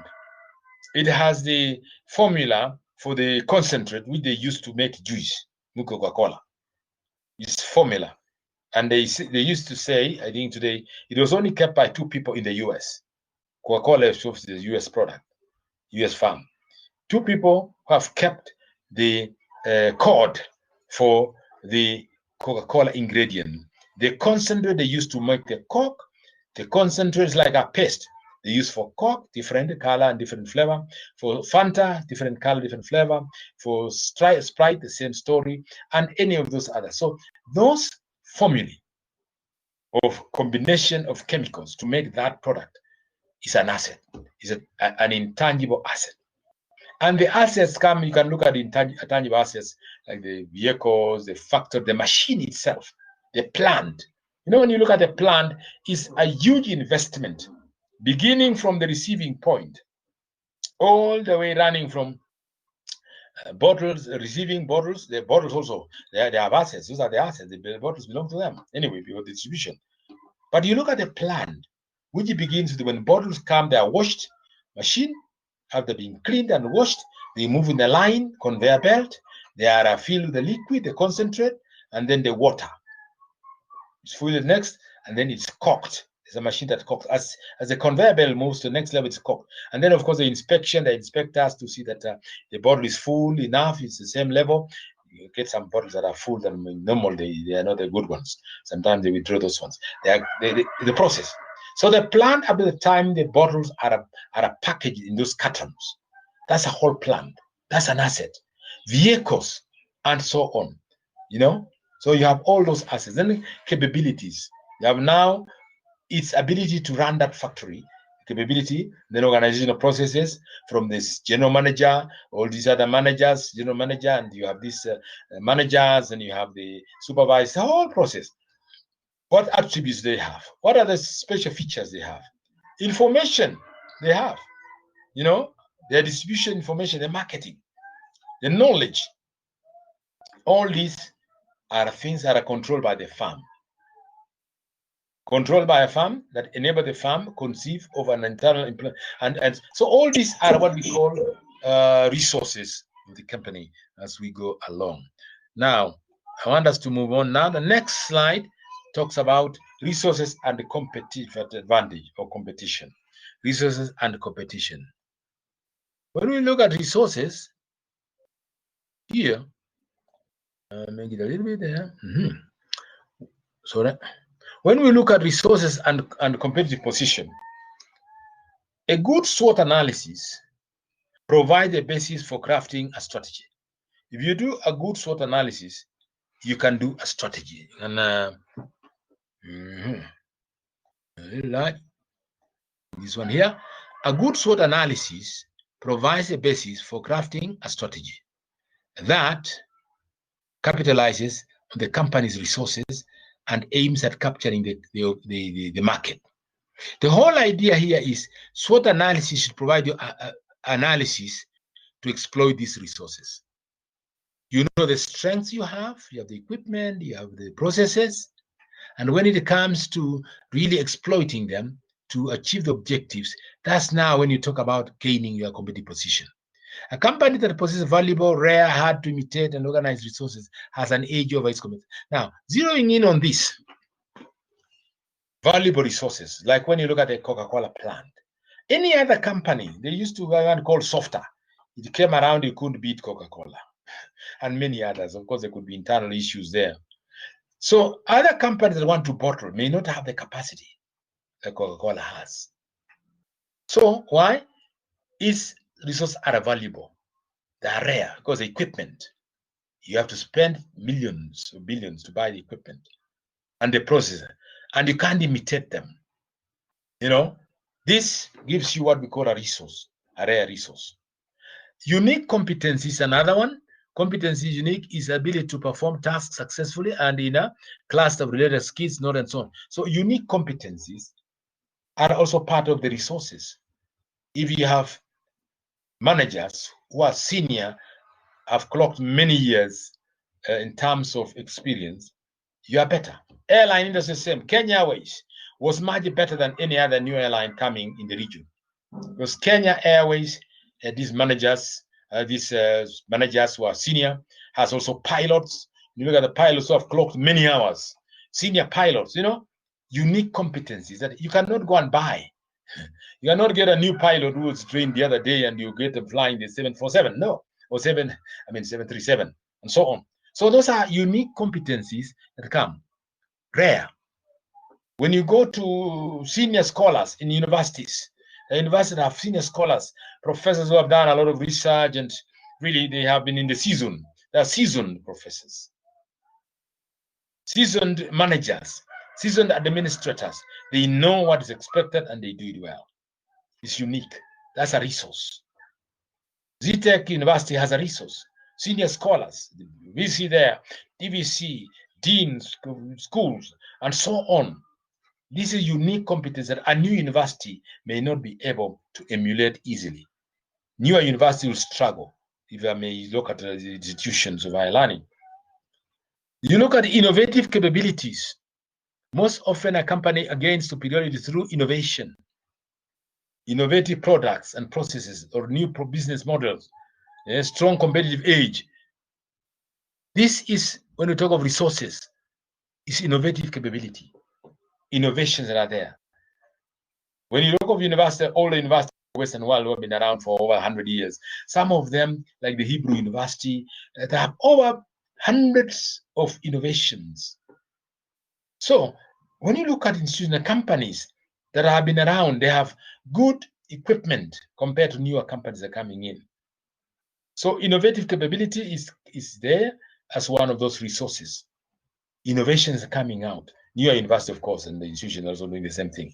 But it goes back to the staff and personnel. Are they innovative? Are they motivated to do it?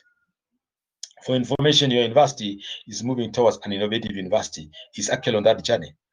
Doing blended learning and others, we have this. We also have a center called International Center of Entrepreneurship, Innovation, and Technology Development. That center is charged with looking at how can we make ZTech University an innovative university. And we'll be tapping on students like yourselves, many others, and faculty and alumni who have good, beautiful ideas, including yourselves here. If you have innovative ideas, your university is looking for you. Give us those ideas, we turn them into products, and you benefit also when they are patented. This product, when they are patented your university's name and your name, and you are supported, and so that's where we are going. So companies are companies that have innovative capabilities. R&D is very strong, research and development. They are very busy coming up with new products, new designs. You see that Toyota is one of those you saw earlier. One of them mentioned Toyota. That Toyota is way ahead in that it's coming up with very many models of vehicles every year. Like now they are working on models of 5 years to come. They're already prototyping and they're there. So whatever new vehicles, you notice what that are coming out here, used vehicles. But new vehicles that are coming out, if you search new vehicles, the research was done more than 5 years ago of the shape, of the type, of the capacity, of how they look like. The same thing today. Companies that are able to think innovatively, they have that resource that can make them stand apart in terms of gaining a competitive advantage. It's very important to study the company's competitive advantage approach to understand the working of the company's present strategy. You are still looking at internal analysis, and we are looking at what is in there. The research development, we mentioned that, the unique competitiveness type of product, and looking at strengths in terms of this experience that the company is doing to be better than others. We are all looking at making your company strengthen your competitive position as an organization in terms of internal. What are those internal capabilities and so on? Now we look at resources and competitive position. When we look at the resource and competitive position, we look at a strength is something a company is good at doing or an attribute that enhances its competitiveness. The company must have strengths. What are those strengths? As we mentioned in SWOT analysis, something a company is good at doing, an attribute or something that makes the company be more competitive than another. We talked about Coca-Cola. It has a big name, it is a big market, it has a brand name. The strength is the brand name. When you talk of Kenya Airways, the pride of Africa, although with this COVID affecting it and other things, Kenya Airways is a strong airline around the region. No other can beat it except Ethiopian Airlines, by the way. Ethiopian Airlines and the South African Airways, those are the ones that are giving Kenya Airways some competition. Otherwise, a strong name is a strength, the pride of Africa. You know, it has its own capability. So, and so on, it was flying all over Africa, the east, west, and south and north, you know, and across the globe, you know. Strength and alliances that he has formed also. If you have networks, and those are strengths that we have. Strength can take any forms. There are a number of forms that we can talk about strength. One, skill or expertise is a strength. Technological know-how, low-cost manufacturing, those are strengths. You are able to manufacture products at low cost, and therefore you can give the value to the customers. That's a strength. Technology you have. By the way, when you look at banks, the first bank that came in with ATM was Standard Bank, my bank. I started banking with the Standard Bank many years back. But the first technology came up with ATMs with Standard Bank. But then it has been overtaken by others because it remained with the first, and it continued improving, but it couldn't catch up with the others. Came in, even went further than that. So technology can make it better. When you look at these companies that are like Huawei and others, what do they have? Technological advancement in what they do. Motor vehicle manufacturers and so on. Valuable physical assets, state-of-the-art of equipment. If it's a state-of-the-art equipment, you find the organization saying, we are the best, we have the state-of-art manufacturing processes, or we have the state-of-art business buildings and equipment, as we say for our university, state-of-art building. And so when you come to main campus, Juja, I mean, not Juja, but Ruiru, you see state-of-art building and equipment. You walk there and say, wow, is this a university in Kenya? Many friends of mine have come there and have said the same thing. You know, you have those strengths, physical assets. You look at them. Those are the ones that give you competitive advantage. Others say, oh, our university, where is it? You know, our institution. Some people go by what they see, physical appearance. Valuable physical assets. Human assets are there. It's about personnel. There's a key, there's a strength. Organizational assets, yes. Patents, yes. Intangible assets, well-known brand name, strong customer loyalty. Yeah, these are some of the resources. And you talk about they actually act as strength for internal. We're still looking at internal analysis. Then we go further here. We're talking about now resources and competitive position. The power of competitive resource can be measured by the following. If you look at resources, we're still talking about resources.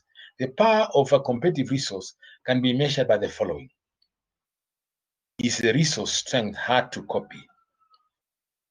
Can people copy what you are doing and go and do it? They may not do it perfect. So it's a resource. Is the resource strength durable? That means, is it something that you can exploit its use for a longer period, more than a year, 2-3 years? Or other people will copy, imitate it, and very quickly it's flooded the market. There are things hard to copy. Even if you try, the original remains the original. There are products like those ones. Maybe you can pause for a minute here and ask ourselves that question. That if you look at the products, which products have been in the market for a long time, they cannot easily be copied. Examples of products that cannot easily be copied. Yeah. We ask ourselves, what are examples of some of the products that cannot be easily copied? Ladies and gentlemen, that have been around for years. Common product, Kimbo. Wow, Jacqueline, I'm okay. I can see you are still Kimbo, Pika kwa Kimbo. Yeah, my mom used to sing about Pika kwa Kimbo. Blue Band is there. You send, if an old mama sends you the shop, mafuta kupikia boga, vegetables, oil, they'll say, umenunua Kimbo. Or you bought something else. Give yourself, no, not those ones. It's Kimbo, umenunua Kimbo. You know, Blue Band is there. Weetabix has been around. Omo has been around. These are products. Vaseline has been around, even if you have others that have come in. They cannot beat those ones. Of course, Royco Muchu's mix has been there, but it's gone down. You don't advertise much of it. So many of these products, you see, you know, they are durable. Products cannot change. Even if people want to imitate, they cannot easily change it, and so on. Resources are really competitively superior. Pepsi Cola, Coca-Cola, they are superior. Even this you mentioned, Colgate is there. Even if you come with herbal stuff, others and so on, people will still talk about Colgate. No, Colgate, yeah, and so on. Then resource strength to be trumped by the different resources, strength, and so on. Yeah, can this resource be easily be overrun by others. This was trying to be trumped. Can it? It's not easily overrun because that's the main. These products I mentioned, ladies and gentlemen, I can see here, they cannot easily be changed. Like Omo. When you talk of Omo, for example, given as example of Omo. Omo has always been there. Even if you come with other brands, Sunlight, Wengine, Wengi, you can change Omo. Colgate is the same story. Golden Lion, yes. Kiwi, Kiwi was there for many years. I don't know if it's still there, but Kiwi is still there. What about Salt? If you talk of Salt, which one? Ken Salt, eh? Which one? Today, karibu sana. You've been very far, eh? Yeah. Salt, which one? You give us the brand. Cadbury Cocoa, yes, it has been there. These are products that have been there for many years and so on. Chapa Mandazi, that's a new one. CBU, it's lunch time. I can see you talk about Mandazis here and the Kimbozi. Yeah, we'll soon be eating lunch anyway. I wish I can offer you a virtual lunch. Yeah, otherwise we're continuing, ladies and gentlemen. Yeah. So when we talk of products that have been here long, you can see that you can easily tell that these as resources that create competitive advantage over others. When we look at the Muguro Nelly, we had Oma up there, but again, when we look at organizations, this is what we are looking at. It's competitive. What the power of competition is: strength to hard copy, durable, really superior, and here strength that cannot easily be overrun by others. Even if other people bring things on board, they will not change the thinking because it's what you've done is good. Well, go along. Right. We now turn the coin a little bit and look at value chain analysis. Value chain analysis is basically what we're looking at in terms of is a tool to analyze internal farm activities. We're still looking at value chain in terms of internal. What are those synergies that you build that gives you strength over your competitors as part of the internal analysis? And the value chain analysis strength tool allows you to analyze internal farm activities. Its goal is to recognize which activities are the most valuable, i.e., the source, resource of cost, and so on. The farm that competes through differentiation advantage will try to perform its activities better than others. Yeah, differentiating their product. You have the same Omo, but you can have different brands, different sizes. It competes through cost advantage. We'll try to do that. Now, at this time, I want to pause a little, and we see a certain video. Let's see a video here. I want to bring in this video. Okay.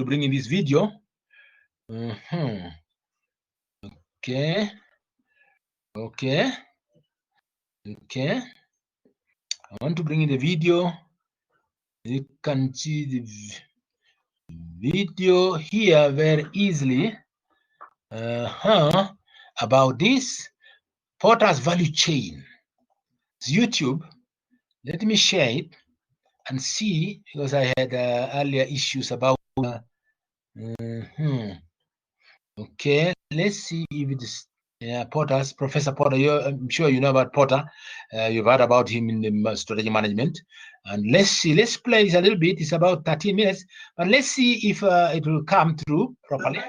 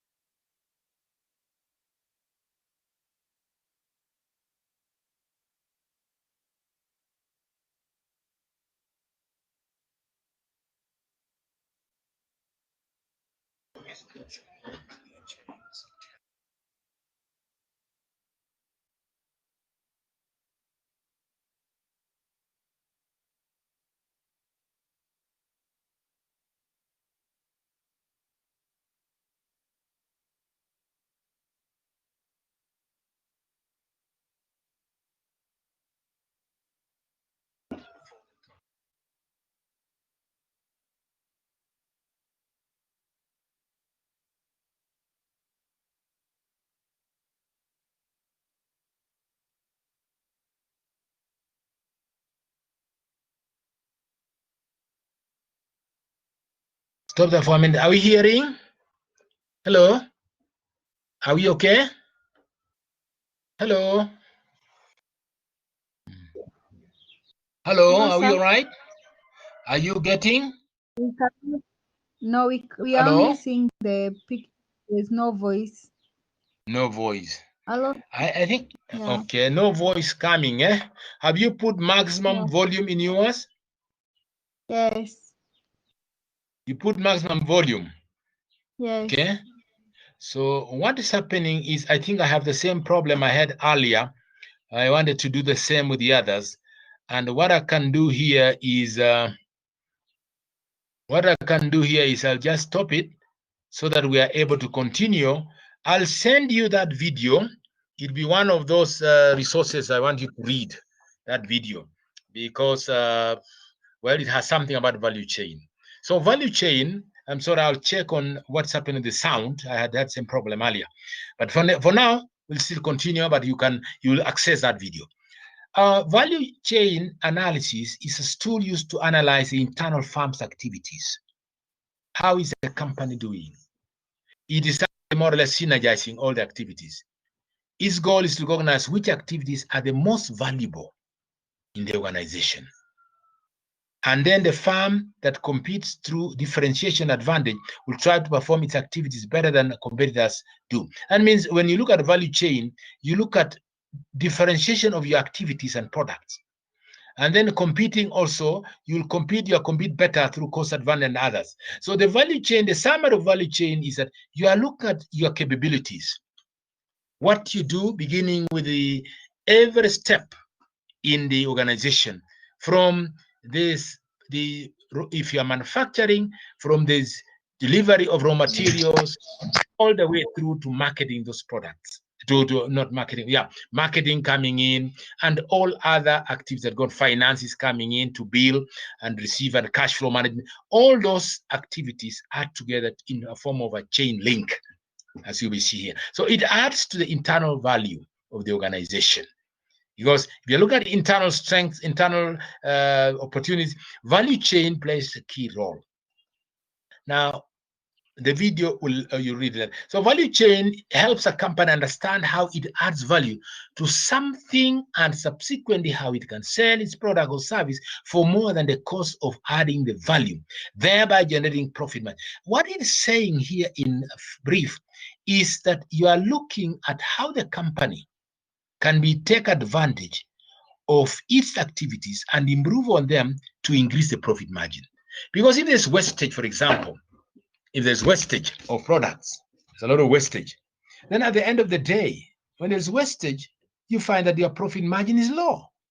Either there's a lot of returns, products are not well refined, the quality is not good, it affects the profit margin. So the value chain looks at how can you improve every step through the process to ensure that you increase your profit margin. We'll be seeing some diagrams very shortly. It originated in 1980, Michael Porter. That video will talk about Michael Porter's discussion, which talks about how Michael Porter saw this as a way of improving the company's capability and therefore profitability. Suggests that an organization is split into primary activities and support activities. Figure divides activities into primary and activities and secondary. Let's see in the figure that comes in here. Yeah, here we are. This, as you can see in this slide, that the value chain looks at all of it. Is at the end of the day, you need to have a profit margin. Why are you in business? You must make a profit. And if you have to make a profit, what does it take to make a profit? It's not just buying a product and selling at a higher price. There are many activities that go on in the company that require you to be more efficient to cut down. For example, if workers come late so that your productivity, you spend more hours, it means you are paying more, especially you're paying on an hourly basis. If inefficiencies in terms of cost will reduce your margin. Now, these activities here that are vertical here are primary activities. Logistics, receiving the products, manufacturing them, processing them, finalizing them, marketing, and finally the service they provide after service sales. This will contribute towards your profit margin. These other activities here are actually secondary, as they say, support. For example, if you talk of the infrastructure here means the factory, the equipment, and so on. Our equipments, are they up to date? If we talk about manufacturing like Coca-Cola, the infrastructure are the premise, the factory itself, the plant. You look at the human resource. Who handles the human resource? Do you have the right managers with the right skills, the workers' right skills? Then look at technology you are using. Are you using manufactured aided technology, and so on? And then, of course, there is procurement. So when we go to the next slide, it gives us a little more details. And before we do that, this is about value chain concentrated on the activity starting with the raw materials till the conversion into final goods or services. That's what it does, value chain. From raw materials, when you receive the raw materials. I gave an example of a factory, tea factory, whereby you receive the green leaves. The green leaves are weighed in. After that, they are put into the conveyor belt to dry them. From there, they are sorted out in terms of drying them. They go into the machine that chops them. It goes into another stage of brewing. And then finally, it goes into the process of chopping and drying. And finally, the packaging of that tea at the end of the day. So that at the end, from green leaves coming from the field, the farms, to the end there, you see tea that is put in the packets. Package for you to go and put in your cup of hot water and drink your good tea. The process going through there is actually a value chain. When you look at the green leaf, as green leaf, it's not valuable. Nobody can use it. When it gets to the next stage where it's chopped into small pieces, it's not useful. It has to be added value to be chopped first. Drying it and sieving it and packaging, all those add value in terms of they make it better. A good example also is that of maize flour. You know the maize flour, all of us eat ugali, we enjoy ugali, and we go to the shop and buy jogo or any others packet of unga you like. You know that packet of unga is what? Is maize. And maize, some of you come from farming areas like myself, grew some little maize. You grow it. When you grow it, you harvest. You shell it. You sell it to the cereals board. The cereals board will sell it to the millers. When it goes to the milling process, now the miller receives raw maize that is dry in kilos. What it does now from there is it adds value. The value that is added there is in the factory. So you look at the internal nav process of the factory. The time the maize is received, it will be weighed, it will be graded. You see there's the right quality. Even the moisture is checked to make sure that it's dry enough. If moisture, they may want to dry it, or they may reject it. But they must have the right moisture in terms of the range. Also, the question of aflatoxins come in. Is it maize that is aflatoxins are high level, or is it normal? And so on. Before they begin milling it, and once they mill it, it goes through the miller. It is crushed, it is sifted, and is now put into sacks and packaged at the end. So at the end, you see a packet called Jogo, or called Wimby, or called whatever name you want to see. That one now is picked from there and is to the distributors, who will then sell them to the wholesalers or the retailers. And there you are, you'll enjoy your ugali on the table at lunch hour. Don't be hungry, eh? We're almost going to lunch time. Don't worry, we're getting there. You see, so there's value addition in the factory. So a value chain concentrates on activities starting with the raw materials with all the conversion into the final goods or services at the end. The ultimate goal in performing value chain analysis. Jacqueline Marlowe, are we saying something, Jacqueline? Yeah, right. So we are saying the ultimate, when we talk of the ultimate goal is performing value chain analysis, are to maximize value creation while also monitoring and minimizing costs. Look at that. The goals here is performing value chain are to maximize value creation by converting that maize into flour without losing much, because there you can also lose a lot of maize, because if it's a question of inefficiencies, you might lose from a 90 kilo of maize.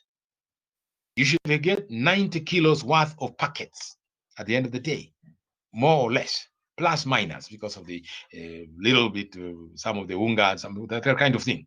So at the end, can you minimize? And then good quality, because they also add fortification by adding some other chemicals to make it fortified, as they say, preservatives a little bit to preserve the flour so that it stays. They add those things, but you're adding value to this product. Right.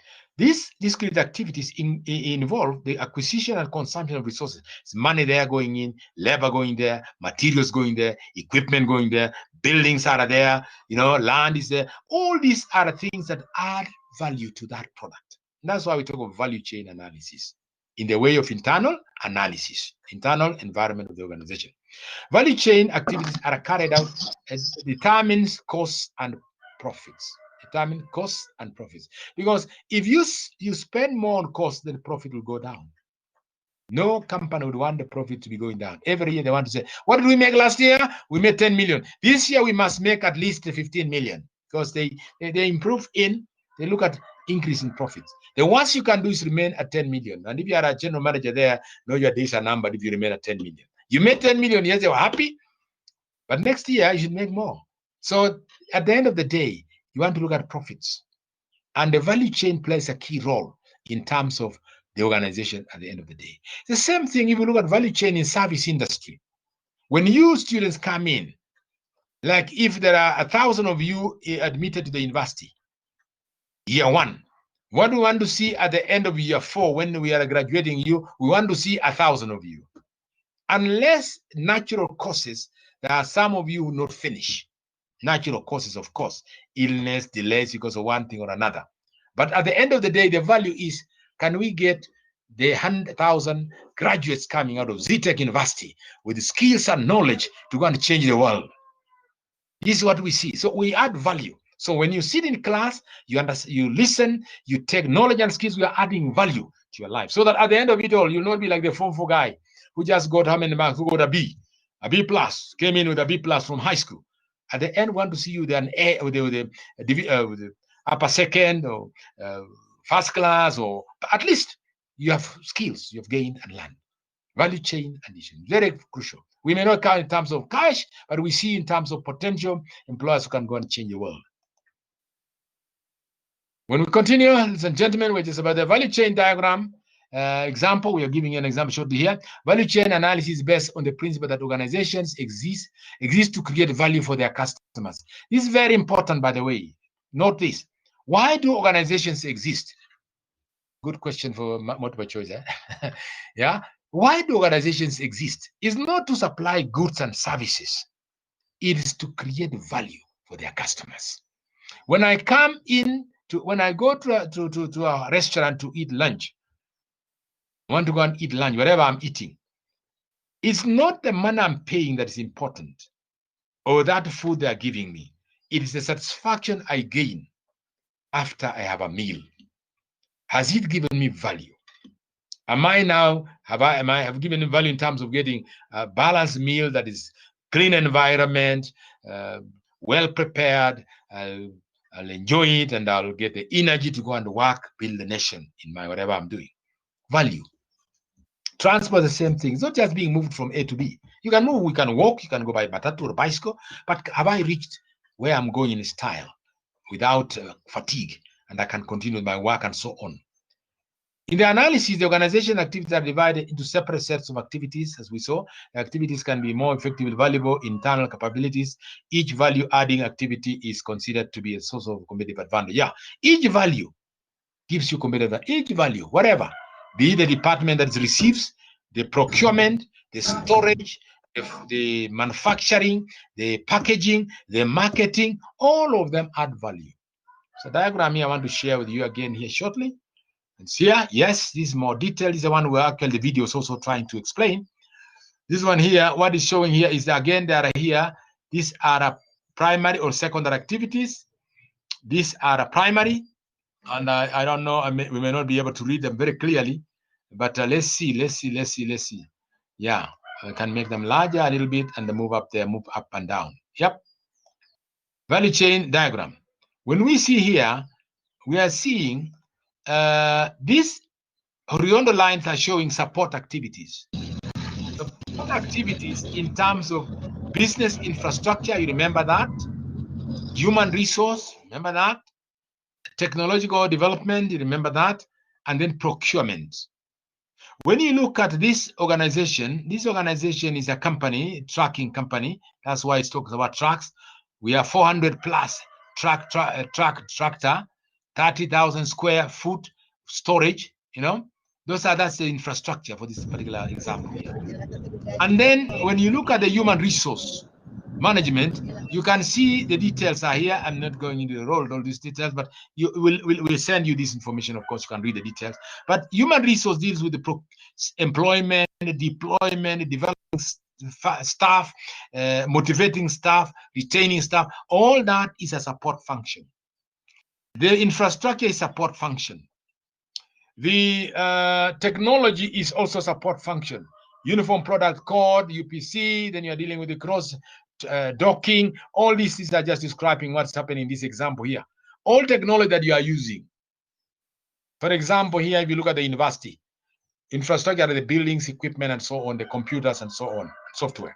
Human resource are the faculty who teach you guys, the managers, and the non-teaching staff. Technology is the type of technology we use. We are using through this school, the digital school. You can see the type of technology we are using in terms of Moodle, in terms of the equipment, the software, and so on. The ERP we are using. Registration, you register online, you get results online. We are using technology, what technology? Procurement function is the one that hires, ensures that everything is running smoothly, and if there is any shortage, they buy. All these contribute towards the profits, the margin. If anything is an efficiency in all this, it reduces the margin. Now, the core functions are down here. They call them primary functions. The primary function for information, inbound, they don't worry about the terminology, but just to know the concept that things come in when industry, very low cost here, when items are coming in, like you get in the factory, you are bringing in like maize, raw maize, tea, green tea. You're bringing all this in. The factory here works in 7 days a week, 9 to 9 working hours operations to begin producing that tea that you take. Coffee is the same story. So it brings that tea or that flour that you go and buy from the shop. It has to go through the process here. 9-hour shifts, 7-hour shifts, that's it. 7 days a week, factories are running, Fortunately for this COVID-19, the factories are not running as they should be. Then, of course, the outbound here is the strong presence of distribution centers. How do we distribute those products? Who are our distributors? Because if you manufacture without distribution, then you find a backlog. And if you have a backlog, then the factory will stop. Sugar is a good example, sugar industries. If you have no people to distribute it, or even the flour, you must have trucks to distribute them to the distributors, the wholesalers, wherever they are across the country or the global, ship them overseas. If there are products that are for export. After the factory here, they are packaged very well and shipped out. On the other hand, marketing is very busy. Every day, low price, always low price, cash. Marketing here and sales. And what about the keywords here? What's happening in markets? They are very busy out there, telling customers, yes, this is the right thing we are doing. This is our product. We are there to serve you. Come do business with us. And we are always there. Our prices are good. They're always shouting out there, advertising, online, print media, electronic media, name it. Very busy. And then on the other hand, of course, the service here, quick response, no questions asked, policy and returns. Here the services that we are dealing with the customer, they are bought from us, is there after-sale service. By the way, after-sale service is very important. I see that happening quite a bit. When I do business elsewhere, they take your phone and say, they call you back later on and say, hey, how was our services today? Now they're online. You find you get an SMS or you get an email saying, how are you doing? How do you enjoy our services and so on. So all these activities, as we see here, from procurement, from storage, warehousing, manufacturing, logistics in terms of manufacturing and so on, and selling, and marketing, all this, and after sales service, all these add to the margin or profits. So at the end of the day, everything in the organization adds value. And that's why we talk of value chain. Your profits here, your margin, which is a profit here, will depend on the efficiencies you have in here.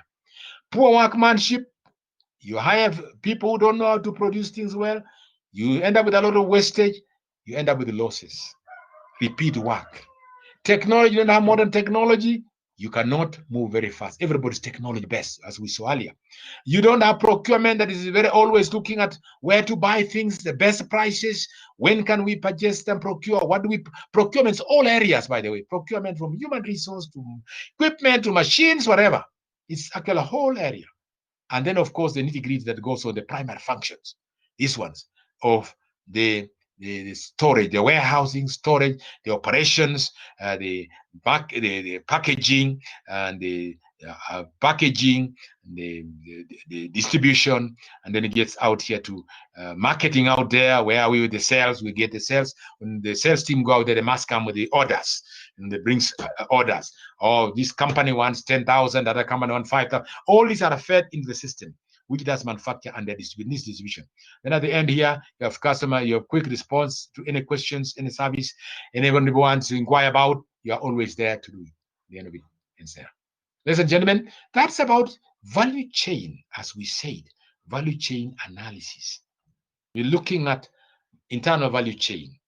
Now, getting back to here, unless it's a question, but you look at that, study that. We've given you also the notes. Study that, you can see the value chain.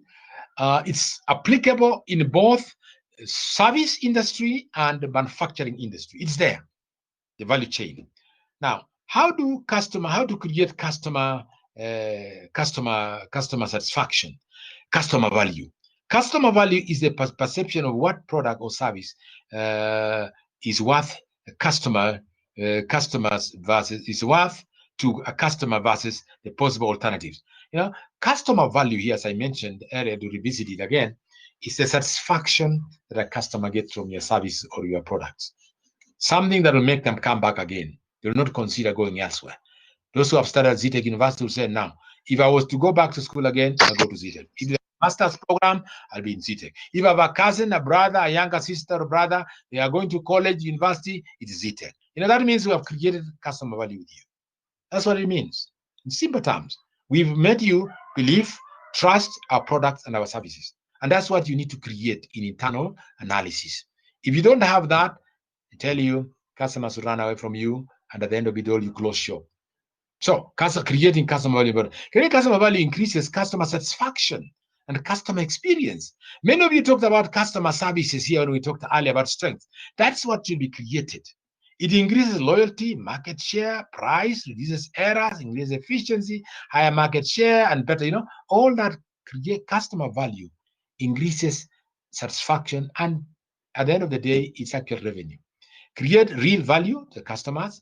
What is important to the customer in his buying decision? Is price more important, or are they benefit? So in this case, what are you selling? It's not selling a product but a service. Are you good at delivering what customer believes is important?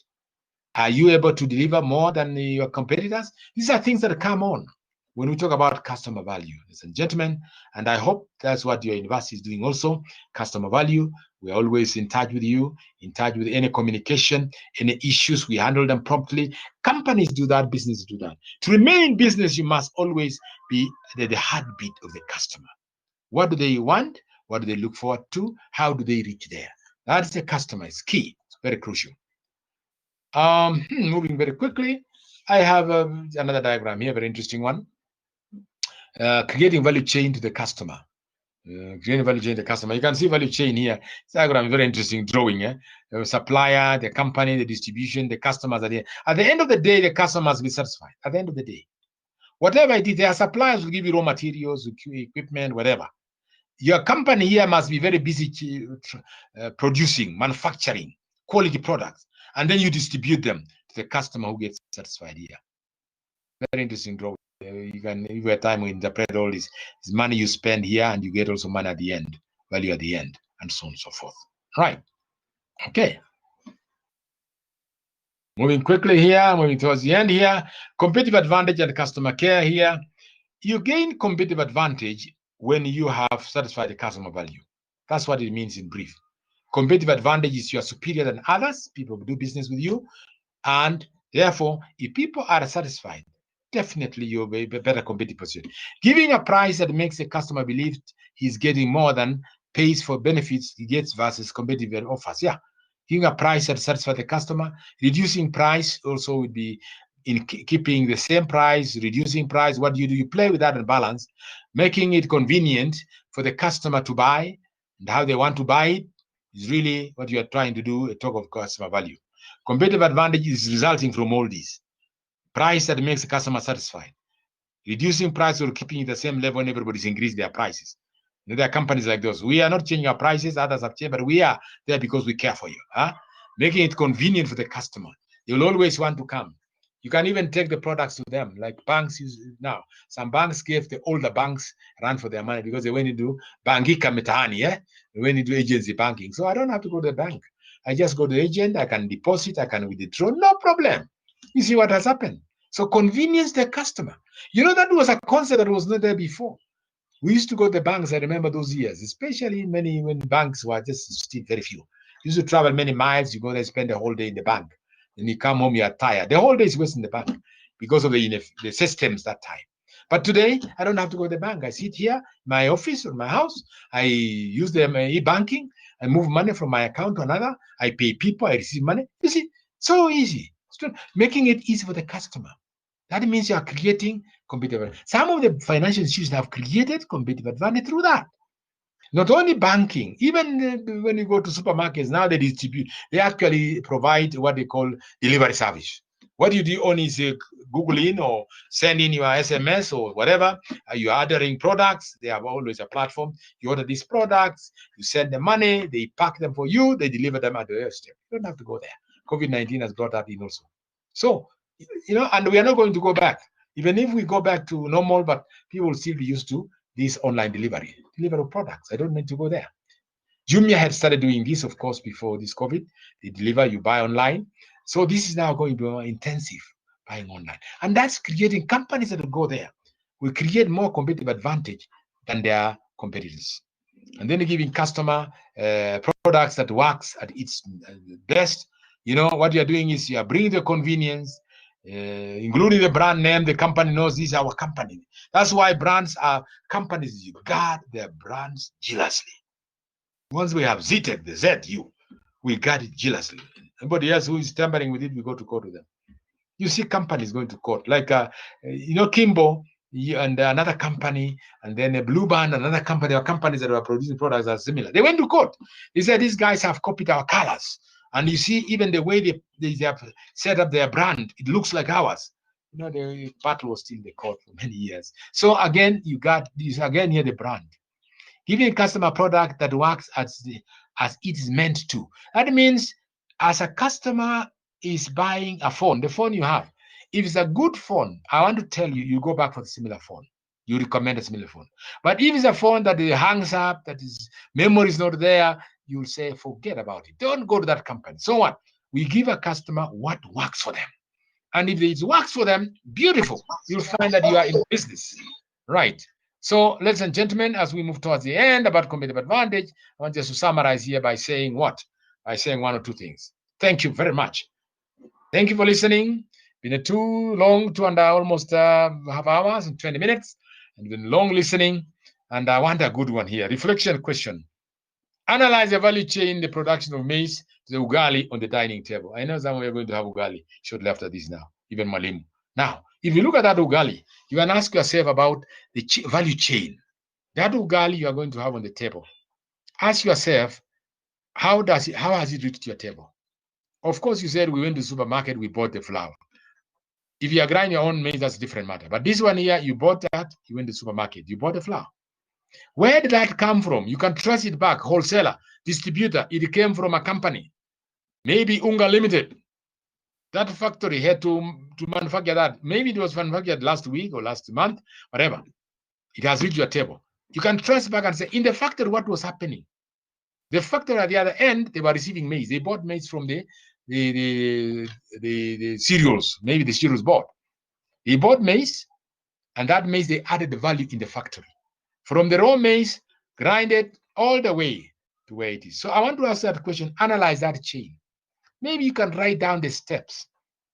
Find out, write down the steps and let's share on the platform. Not now, but share them. We'll look at them at some stage, but share them. Meanwhile, I want to encourage you that we have posted the notes. We've also posted those videos. There's a video that we couldn't see here. We couldn't get we couldn't get the sound.